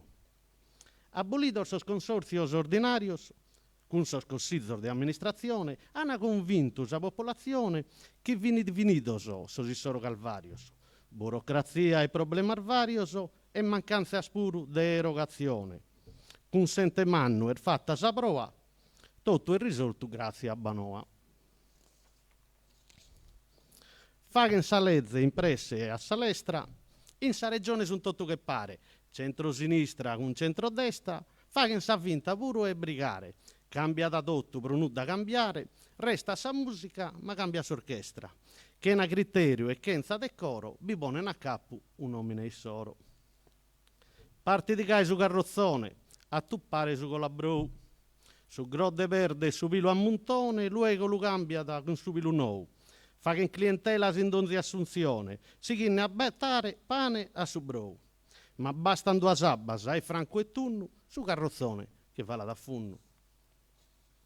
E intanto sa gente resta da siccu, e sarbulletta si chinne a aumentare, e si rifiuta spuru e pagare su contatore di no canapicco. Questo problema non besprusu ricco, e su povero annegata che na buffare. Pruite a Banoa est efficiente, che se cada sabba a sa povera gente. In più su sabba non sempre è preziosa, e spesso e si groga dai gussarette, a terar borta se spaludosa, menzu serra che rubinette. Tocca da danno chi di intellette se chi di buffe sa tera cosa. In più sa bulletta este ladrona e sabba mala la paga che buona. Ergai che si ingrassan sos impresarios, chi li hanno in appalto cussa scondottasa, gestine sa cosa commente siccarios, si moen in cussabba commente trottasa, sun duas o trese sarditta arnottasa, chi passan tangente se a ufficio varios, pruite a Banoa e roba e soro, e in mezzo e cussabba navigano ai soro. Grazie. Aspetta un attimo Roberto. Io ti volevo chiedere, ma tu prima di partecipare ai Poetry Slam, queste composizioni che hai fatto, a parte che questa forse l'hai fatta recentemente, ma sì, quelle che hai fatto le prime volte che sei venuto, le avevi già lette in pubblico oppure non ti era mai capitato? Che cosa ti ha spinto a venire a una di queste gare? Tu che sei proprio molto diverso dagli altri slammer, perché come vedete lui non ha mosso le mani, ha basato tutto sul testo e sulle rime che ci sono all'interno, sulla musicalità del testo. Beh, cosa mi ha spinto? Beh, intanto sono stato invitato, non conoscevo il Poetry Slam, non conoscevo questo ambiente e ho trovato una cosa molto interessante, accogliente, l'opportunità di far conoscere anche al pubblico le proprie composizioni. Per me è stato anche uno stimolo, perché prima componevo così, giusto per gli amici, negli spuntini, al bar, eccetera, eccetera. Poi con il Poetry Slam, insomma, tutto mi ha invogliato, ecco, a scrivere di più e insomma a far conoscere le mie poesie, eccetera, eccetera. Tutto qua. Non ne hai altre, vuoi solo questa? Sì, solo questa ho portato. Va bene, dai, se qualcuno non vuole fare domande possiamo pure... Però come vedete La dimostrazione è che è pieno comunque di persone che hanno nei loro cassetti o nei loro cellulari, nelle loro agende poesie, e il Poetry Slam, come diceva anche prima Sergio, è uno strumento, un mezzo, un modo di poter esprimere questo tipo di poesie davanti a un pubblico che, come voi, a mezzanotte sta ascoltando quello che succede sul palco. Sì, Quindi dà la possibilità un po' a solo tutti. per questo sarebbe, diciamo, una cosa positiva, a parte gli altri difetti. Grazie. Grazie a te, Roberto, grazie veramente. Adesso, prima di passare all'altra esibizione, che è quella invece dell'ospite internazionale che abbiamo invitato qua e che ci farà ascoltare una sua poesia tradotta da Sergio, volevo parlare anche del tipo di attività che c'è stata all'interno del libro, perché c'è stato un lavoro grosso, oltre che per l'organizzazione degli europei, anche di traduzione e anche lì di riscrittura di questi testi di ben 29 poeti che venivano da tutta Europa, quindi dalla Serbia, dalla Russia, dalla Spagna, dalla Francia. Sergio e gli altri referenti della Lega Italiana Poetry Slam in Sardegna hanno dovuto fare un lavoro incredibile per prendere tutti questi stili diversi, queste lingue, e tradurle e portarle all'interno di questo libro, dove li troverete in doppia veste, in italiano e in inglese, anche che poi può essere anche una scelta discutibile perché sono state tradotte, quindi anche lingue, che ne so, il francese è stato tradotto in italiano e in inglese. Quindi volevo chiedere a Dome e a Sergio che tipo di lavoro c'è in un testo che viene da un poeta, che quindi anche scrive quel testo per performarlo, ma che poi viene tradotto in un'altra lingua, messo su carta, poi ritradotto in un'altra. Cioè, cosa arriva di quel testo iniziale che lui ha scritto nella sua lingua originaria e quindi è anche dei suoni diversi, è figlia di quel territorio?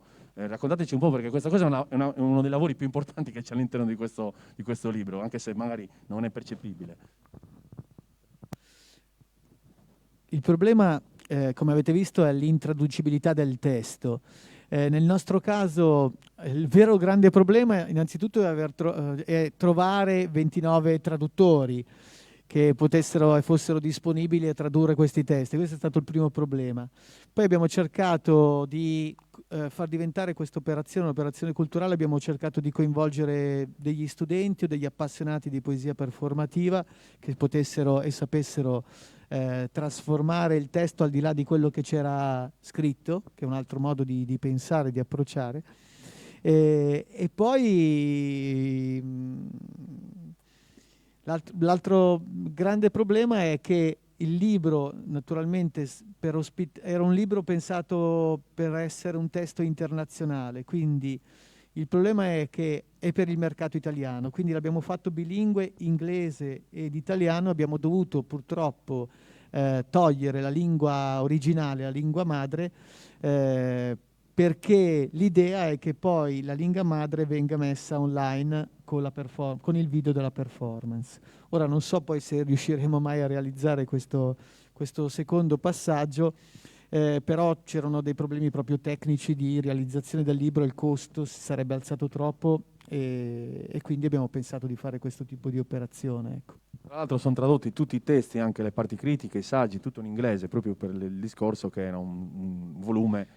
Sì, è anche proprio per la comunità internazionale, perché questo è il primo libro che sistematizza la filosofia dello slam, cioè non ci sono testi che raccontano quale filosofia alla base dello slam ci sia, e quindi era importante non solo divulgare questa cosa in Italia, ma divulgarla anche a livello internazionale. Quindi il libro da questo punto di vista ha un peso di questo tipo. Ecco. Tu Sergio volevi dire qualcosa prima della performance di Catarina? No. Ok, allora Sergio detta i tempi perché si è accorto che è tardi. Chiamiamo sul palco Caterina Venti, campionessa viennese, poi diremo anche qualcos'altro su di lei, però intanto ci godiamo prima di tutto la sua poesia, la sua performance, e Sergio farà in simultanea la traduzione, che sarà anche quella una performance all'interno della performance. Non è in simultanea, se no in differita. Brevissima differita.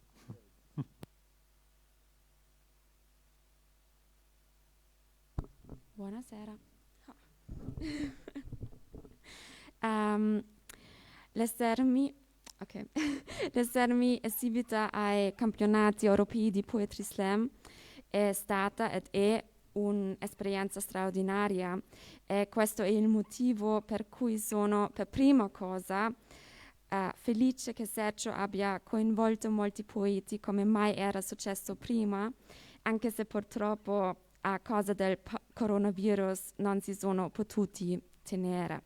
In secondo luogo è meraviglioso perché tutti questi lavori non sono andati perduti, perché questi poeti e questo evento si possono trovare in questo libro. So, grazie Sergio e grazie Dome.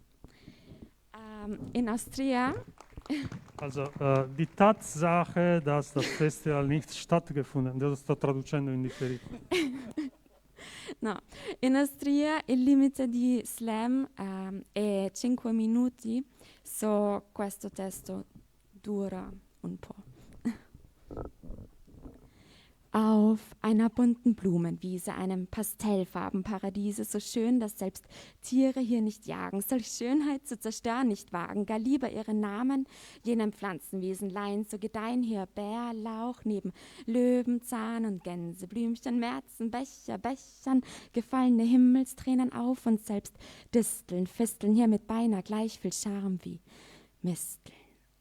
Hier, wo der Boden wie ein prachtvollerer Sternenhimmel wirkt, stirbt auf einmal alles, was die Füße jenes Eindringlings berührt. Eine hagere Gestalt, bleiches Antlitz in einen schwarzen Umhang eingeschnürt, Krähen krächzen im unheilvollen Chor, Blumen ächzen ihren letzten Blütenstaub hervor, windstill und starr bleibt Kälte wie im Februar, ein Pastellfarbenparadiese mit einem toten Blumenpfad und jene Gestalt, die stets verheißt den Sarg, schreitet unbeirrt durchs wilde Knospenmeer, seine Majestät persönlich, ja, der Tod.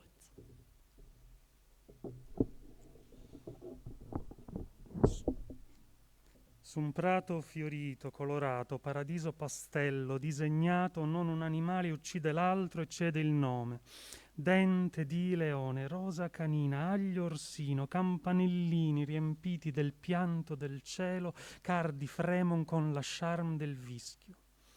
Qui, su un campo che pare una volta stellata, muore d'un tratto tutto quel che sfiora i piedi di una magra figura che entra, bianca in volto, nel nero d'una tunica ravvolta. Corvi in coro, gracchia, mali auguri, petali spirano in polvere via nel freddo immoto senza fiato d'inverno.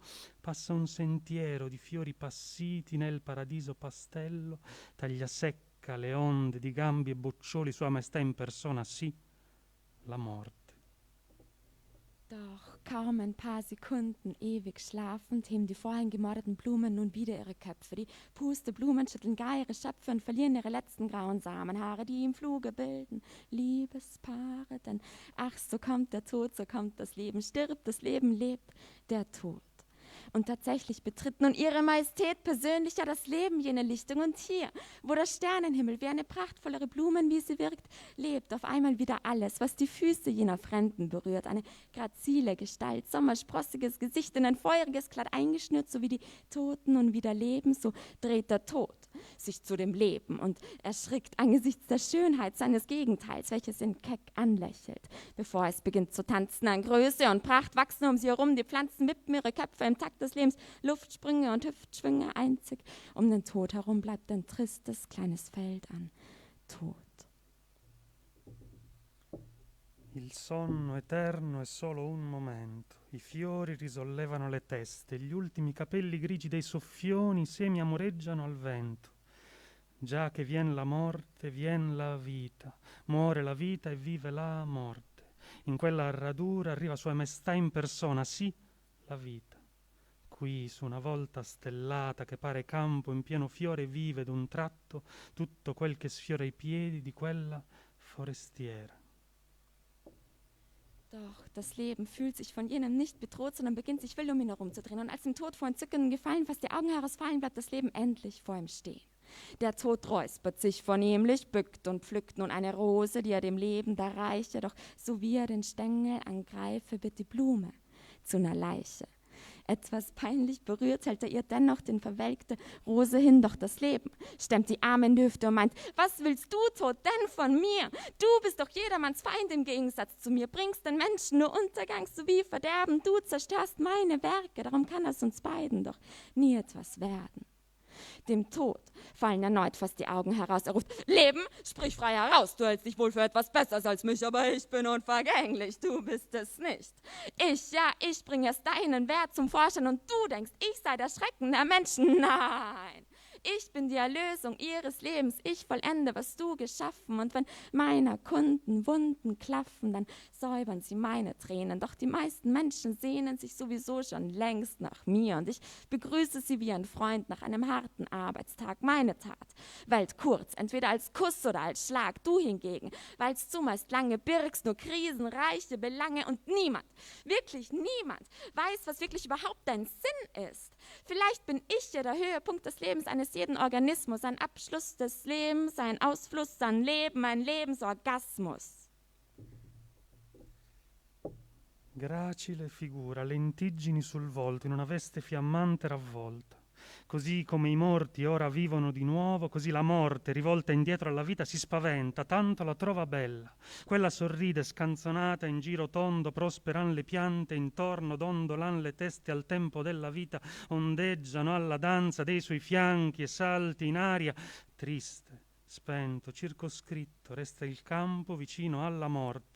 Ma la vita non ne sente la minaccia e anzi lancia una danza selvaggia, la circonda. La morte, dinanzi tanto splendente piacere, strabuzza gli occhi finché si trova la vita di fronte. La morte schiarisce la voce, si piega, raccolta una rosa, ora la porge alla vita, ma appena le sfiora il gambo trasforma la rosa una salma. Imbarazzate trattengon le dita la rosa tuttora appassita, la vita pianta le mani sui fianchi e le dice: morte, tu da me che vuoi? Ad ogni uomo sei nemica, ad ogni uomo miseria e rovina, l'opera mia sempre distrugge, tra noi non potrà mai. La morte strabuzza gli occhi di nuovo e grida: vita, parla chiaro, ti senti migliore, ma sono io, solo io che metto in luce il tuo valore. Mi dici terrore degli umani, sono redenzione, finisco quel che tu cominci, e dalle ferite dei miei clienti del sangue son le mie lacrime a pulirle.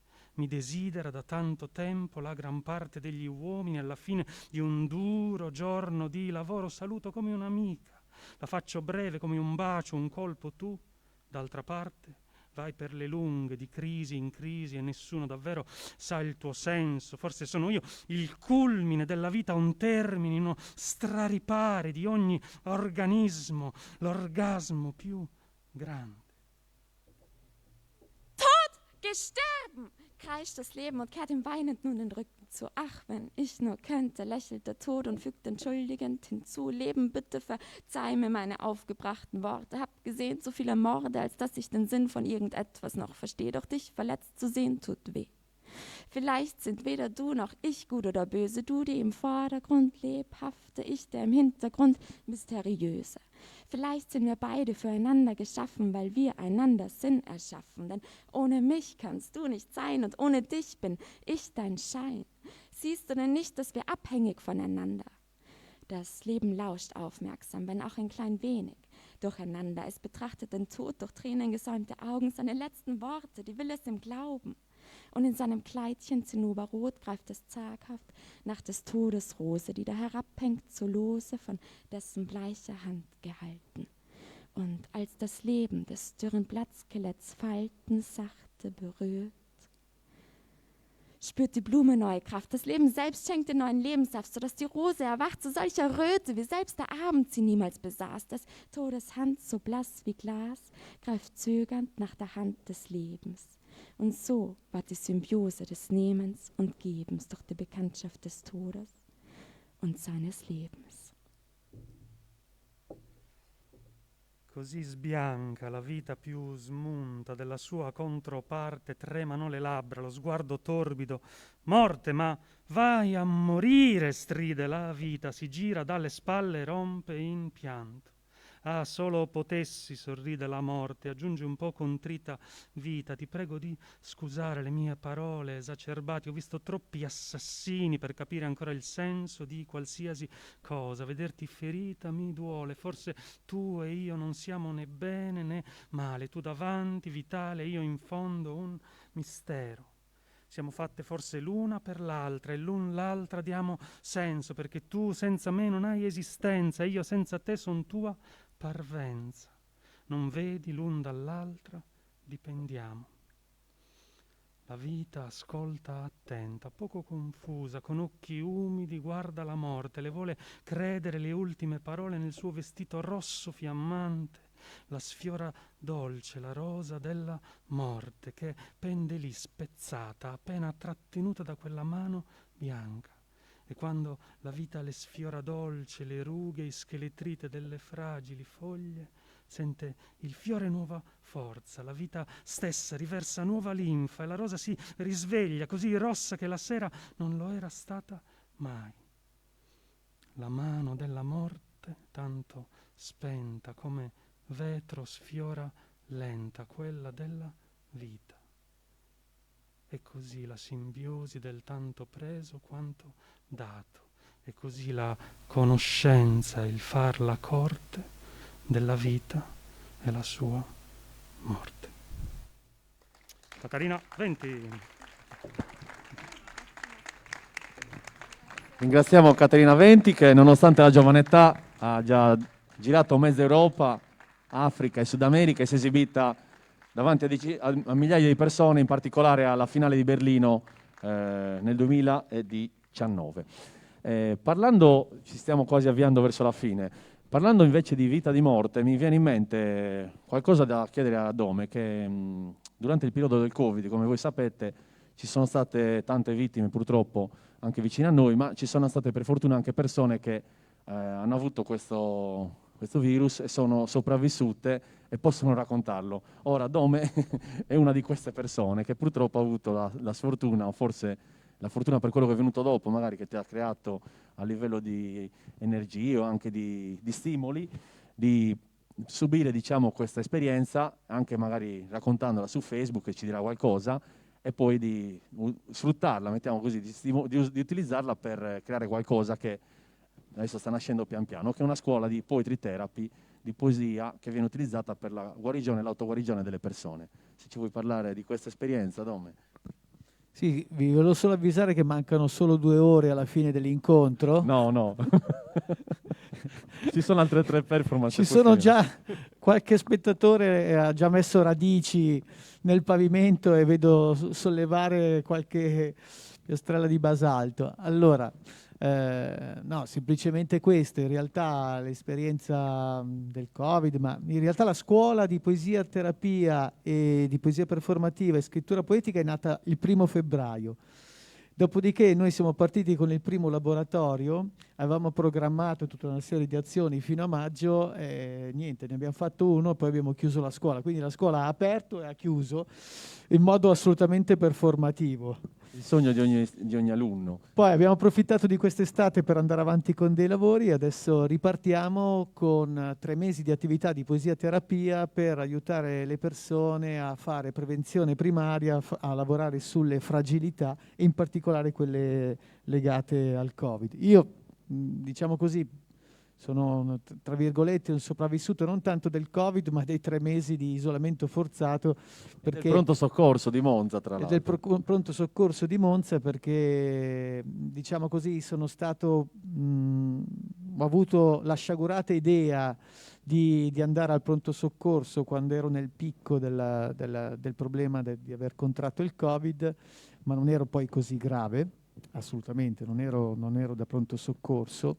E però quello che ho potuto vedere al pronto soccorso era quello di stare effettivamente in prima linea, come se fossimo nel pieno della guerra mondiale, in trincea con questi medici. In un girone dantesco anche. In un girone dantesco dove i medici cercavano il più possibile di fare quello che potevano, ma in realtà c'era una promiscuità tra chi era grave, chi non era grave, chi era sospetto di Covid, chi ce l'aveva, c'era un problema di materiali, ma i medici e gli infermieri non avevano sufficienti mascherine, non avevano le bombole di ossigeno a sufficienza, non c'erano le carrozzine, non c'erano le barelle perché c'era una fila di barelle che aspettavano, di barelle con su persone che aspettavano di essere in qualche modo curate, ma in realtà in quel momento lì l'unica vera grande scelta era fuggire finché avevi le gambe per farlo dal pronto soccorso, perché non era detto che saresti uscito con le tue gambe. Quindi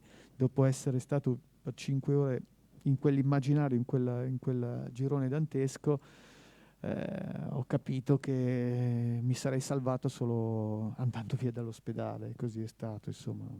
Sono fuggito e mi sono poi curato da solo, su consiglio proprio di uno dei medici che mi ha detto: guardi, se prende e se ne va a casa e si cura da solo, fa la cosa migliore di questo mondo.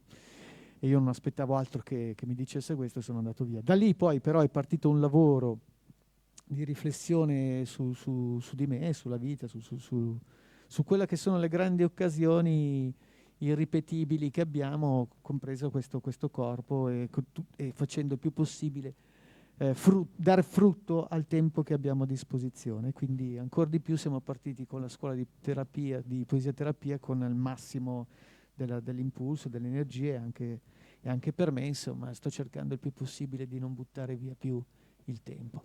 Tra l'altro qua abbiamo anche dei testi editi dalla vostra casa editrice che parlano di poetry therapy. È nata anche una rivista, la prima in Italia, che si occupa di poetry therapy, con tantissimi contributi cercati da te, di persone che lavoravano magari in singole realtà ma non erano mai state messe insieme tra di loro, e quindi voi state facendo anche questo lavoro, comprese alcune attività che sono state fatte qua a Seneghe, in Sardegna, da Azzurra d'Agosti ed altri. Quindi anche questo lavoro di cucitura, un po' come ha fatto la Lips per i Poetry Slam, di realtà che invece lavoravano in compartimenti stagni, no? Sì, se vi interessa l'argomento c'è Poetry Therapy Italia, e lì troverete un arsenale di materiali sull'argomento, e vi assicuro che prima del 1° febbraio non c'era quasi nulla, e invece in pochissimo tempo abbiamo fatto proprio un lavoro culturale vero. La rivista, ci sono delle riviste che segnano un settore, questa sicuramente lo segnerà perché non c'era nulla, e invece adesso c'è tanto, ma dobbiamo ancora lavorare, dobbiamo fare ancora di più. Adesso, a proposito anche un po' di queste tematiche, se vuole dare un suo piccolo contributo, anzi piccolo importante, chiamerei sul palco un'altra esibizione, la penultima di stasera, con Francesca Falchi da Cagliari, che toglierei con un applauso. Francesca Falchi! Un bel contributo anche femminile, perché il Poetry Slam non è solo maschile, ma anzi è soprattutto femminile, che ci darà, non so se 1 o 2 testi, se vuoi anche dirci qualcosa, ci farebbe molto piacere. Ti sei fatta anche carina per stasera, che ti ringraziamo.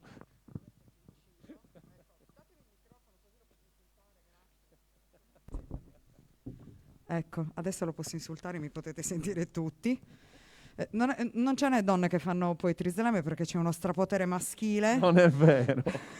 No, la verità, alle semifinali regionali siamo in 4. Quindi per un anno su non 22, arrivate tutte in finale. Su 22 partecipanti, io infatti ho detto, pretendo una quota rosa, che è una roba orribile, però cioè, non esiste, c'è troppo testosterone in questo Poetry Slam Sardegna. Bene, adesso io userò il leggio perché naturalmente Giovanni, così, secondo lui, per darmi importanza, ha messo una donna di 50 anni in menopausa sul finale. Cioè io sono sfinita dalla cena meravigliosa che ci è stata offerta. Io faccio i complimenti allo chef che ci ha prodotto un dolce al caramello. Grazie Iosto per le cene che c'hai. Che ha prodotto un dolce al caramello salato che per smaltirlo bisogna fare 6 giri del paese. Infatti io ho l'adrenalina a 1000 e ce la farò, però un po' sono un po', diciamo, una dislessia manuale. Dome, aiutami tu. Abbassarlo.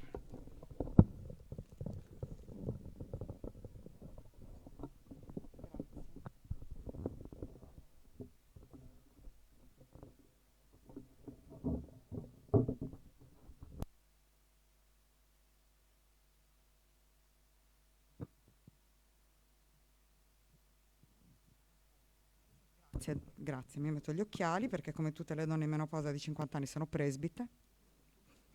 Lì c'è altro? Ok, adesso ho gli occhi a gufo con gli occhiali. Per la gioia di Giovanni,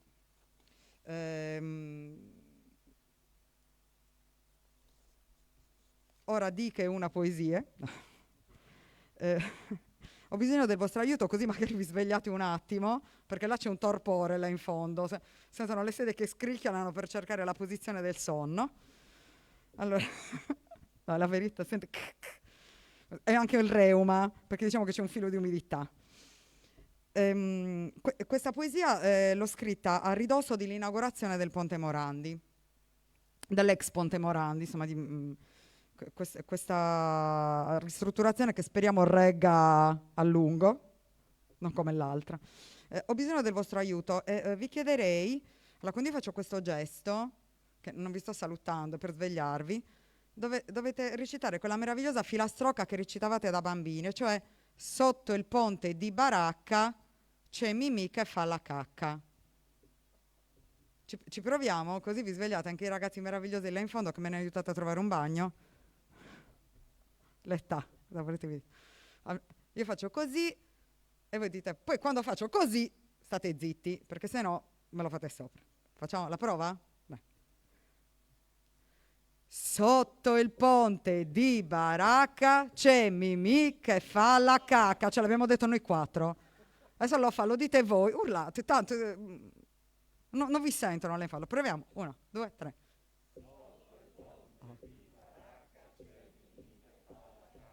E così, zitti. Pronti?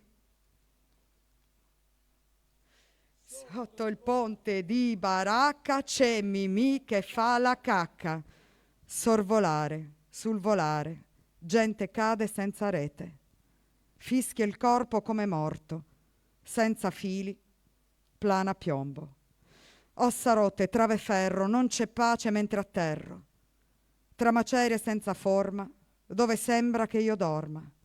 Mentre vedo nell'istante pietra grigia, poi più niente.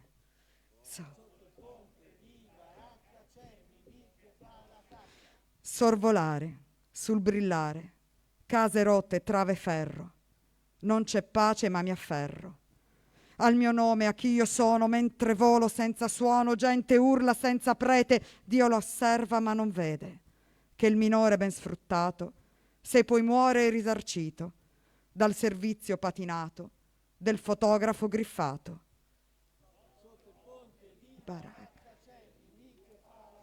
Sorvolare, sul chiamare, con giudizio una sentenza, per chi ha perso, per chi resta, per chi invoca resistenza, vite rotte, trave ferro, non c'è pace ma sotterro, col silenzio la vergogna, col cemento la menzogna, col decreto chi non sogna.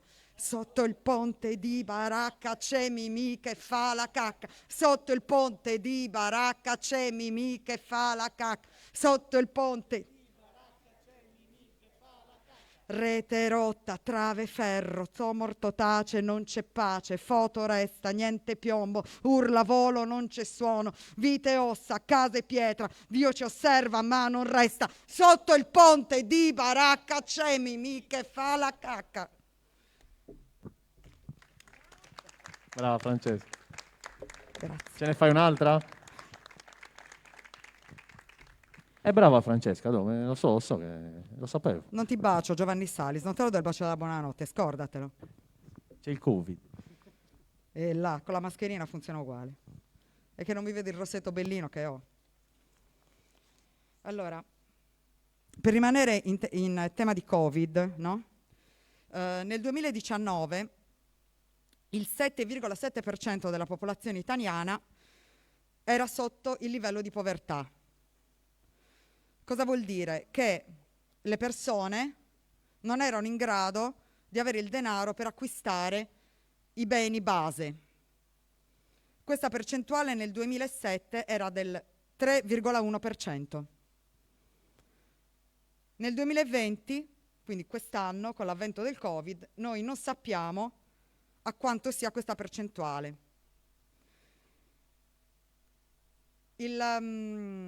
Esiste una tessera a Milano, no? Forse non so, tu lo sai. Ce l'ha. C'è questa tessera dell'Emporio, l'Emporio della solidarietà. Questa tessera ha permesso alle famiglie che si trovavano appunto sotto la soglia della povertà di fare la spesa. Cosa succede però? Che questa tessera è personale, e quindi tu devi farti una foto. La tua foto viene messa su questa tessera e la Caritas Ambrosiana ti riconosce come nuovo povero. Ora voi potete immaginare la situazione di persone che fino al giorno prima avevano un lavoro, dover essere costrette a farsi fotografare ed essere riconoscibili come nuovi poveri. E questa poesia l'ho scritta pensando appunto a quello che succede quando vanno a fare la spesa. Devono comprare un tot di cose, possono avere solo 1 litro d'olio al giorno, hanno calmierato il riso, la pasta, hanno tutta una serie di cose che possono comprare in una determinata quantità. I beni naturalmente primari, biscotti, legumi. Questa poesia si intitola La fila. Senti il rumore del mio corpo nutrito, che accoglie smarrito l'assenza del cuore, che in fila osserva un capo imbiancato di padre ormai anziano che nessuno ha salvato. La fila è serpente, dalle spire di vuoto, di un cieco demente, di un sordo, di un morto. La sera rinfresca, la maglia ti stringe, ma il freddo che ammala e palude distige. Lo senti l'odore del mio corpo assalito, dalla brace del sole, dall'onore ferito. La fila mi osserva, riconosce il mio ruolo, da padrone che accende a operaio di nuovo. Il capo asservito di chi ho davanti è vecchio, ammalato, non ha denti né amanti, respira cotone di salute ormai stretta, la vergogna che insiste non contempla la fretta, la fila si spezza per distruggere il vento, ma resiste chi ha fame, non si arresta il lamento. La foto ritrae le rughe avanzate, fissa il vuoto quel vecchio che ormai le ha accettate, ma quel collo che avanza, con la pelle macchiata, ha una forma che sa di una vita spacciata. Io sono la fila di chi ha perso da poco dignità del lavoro, una casa, un ruolo. Io sento il calore che dilania il mio viso quando torno col pacco di latte, di riso, di biscotti e farina, di sugo e di tonno, 2 cartoni di latta, la vergogna del mondo. Una tessera urla il mio essere niente, lo scranno mi fissa compatendomi mente. La fila ti strozza anche il sogno più vero, mentre il povero prega e intorno c'è il nero.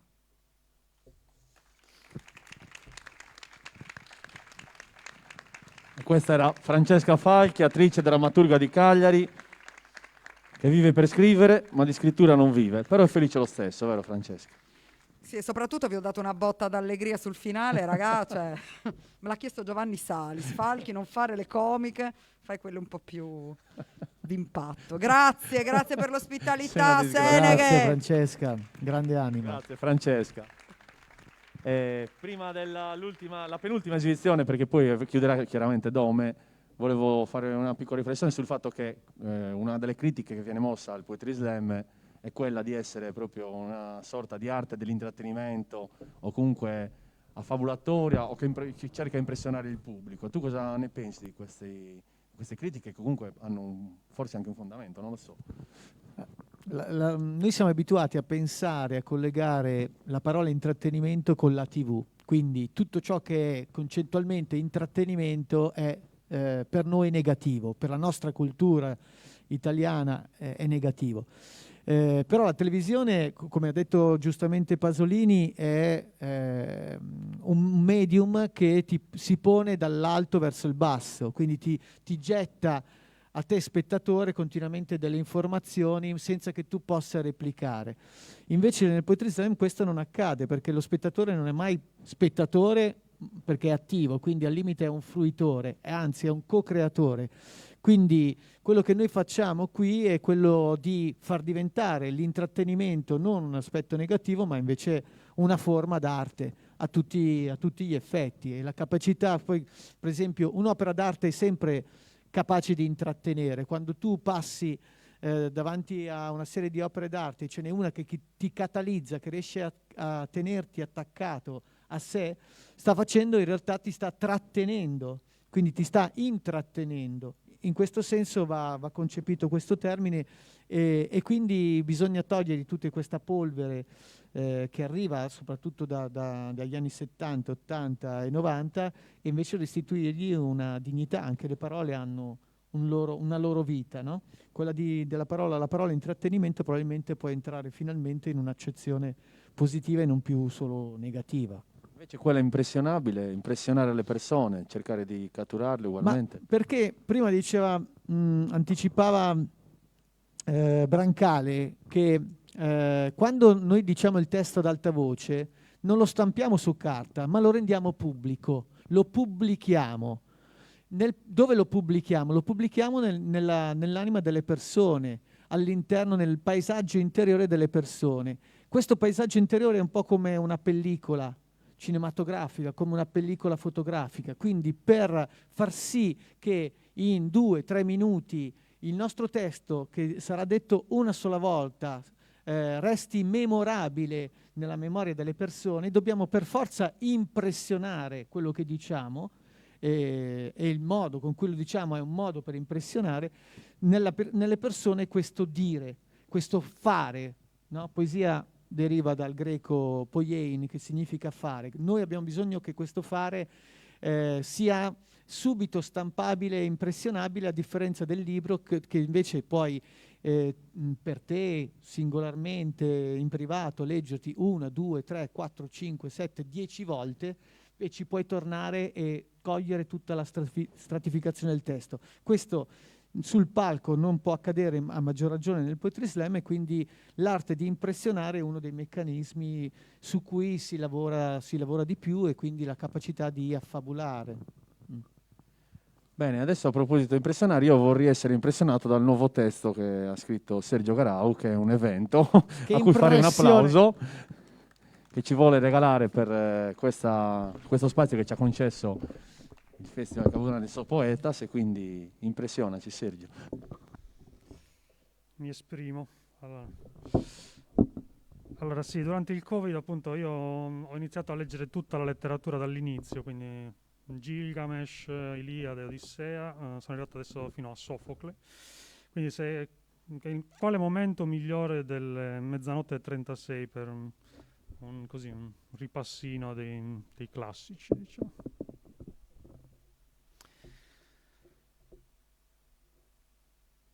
Nessuna Odissea è morta sotto il cielo di cucina in frammenti, sparsa di sale, calce, zucchero, farina, di un velo di intonaco, piatti, pavimento.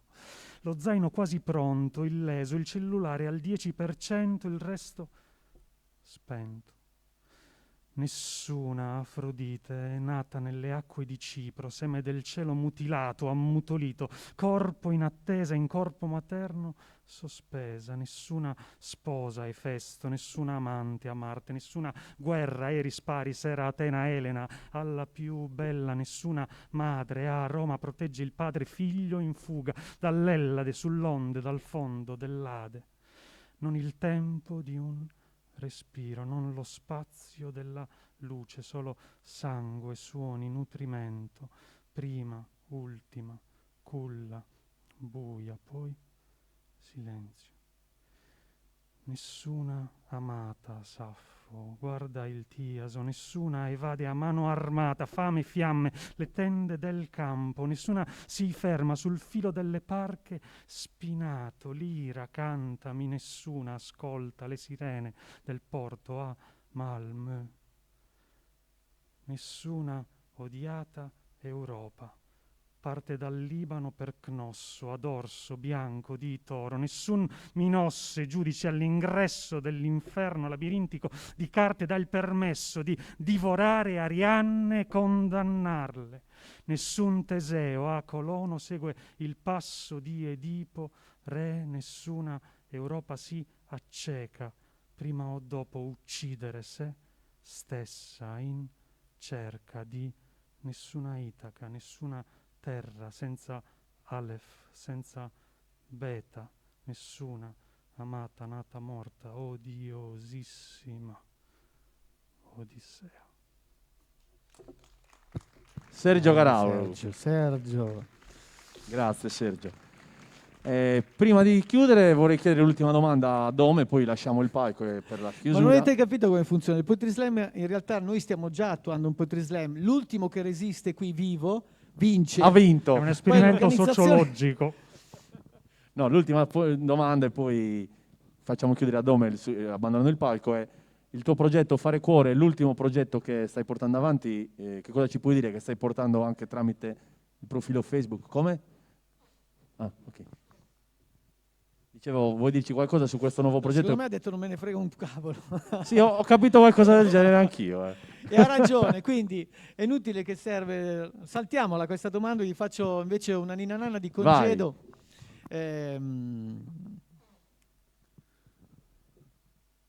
Hello, Leila, my nanino, Lea, Julia, Elena, Amimo, Lelo, Laila, Leila e Nana, Lea, Julia, Elena. Al mulino il limone, mima 1000 lune, la luna nell'immane emula il limone, il Nilo emana limo, la luna emana miele, l'anello nella melma è un monile immune al male. 1000 ninne nanne al mulo e alla iena, all'ama al maialino, ninna ninna, all'aime al limone, al melo e al melone, all'olmo, all'olio, al miele, ninna ninna, al Nilo e all'Olona, Enna e a Milano, 1000 ninne nanne, la luna illuminò, la manna nella luna, l'elio anelò.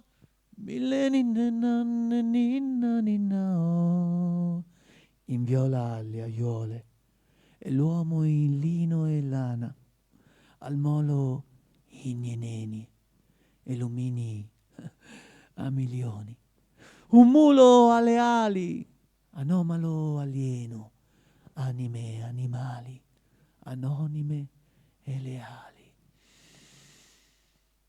Emma, Mimma, Emena, Eliana e Milena, Amino, Lello e Maia, Lina e Mimi, Amina, Noemi, Anna, Liala e Malena, Melania, Leone, Emilio, Luana e Mimi, Milleno, Millinia, Ninna, Ninna, 1000 nonne mamme, la luna illuminò, la manna nella luna, l'elio anelò. 1000 ninne nanne, ninna ninna oh, 1000 ninne nanne, ninna ninna, 1000 ninne nanne, 1000 ninne nanne.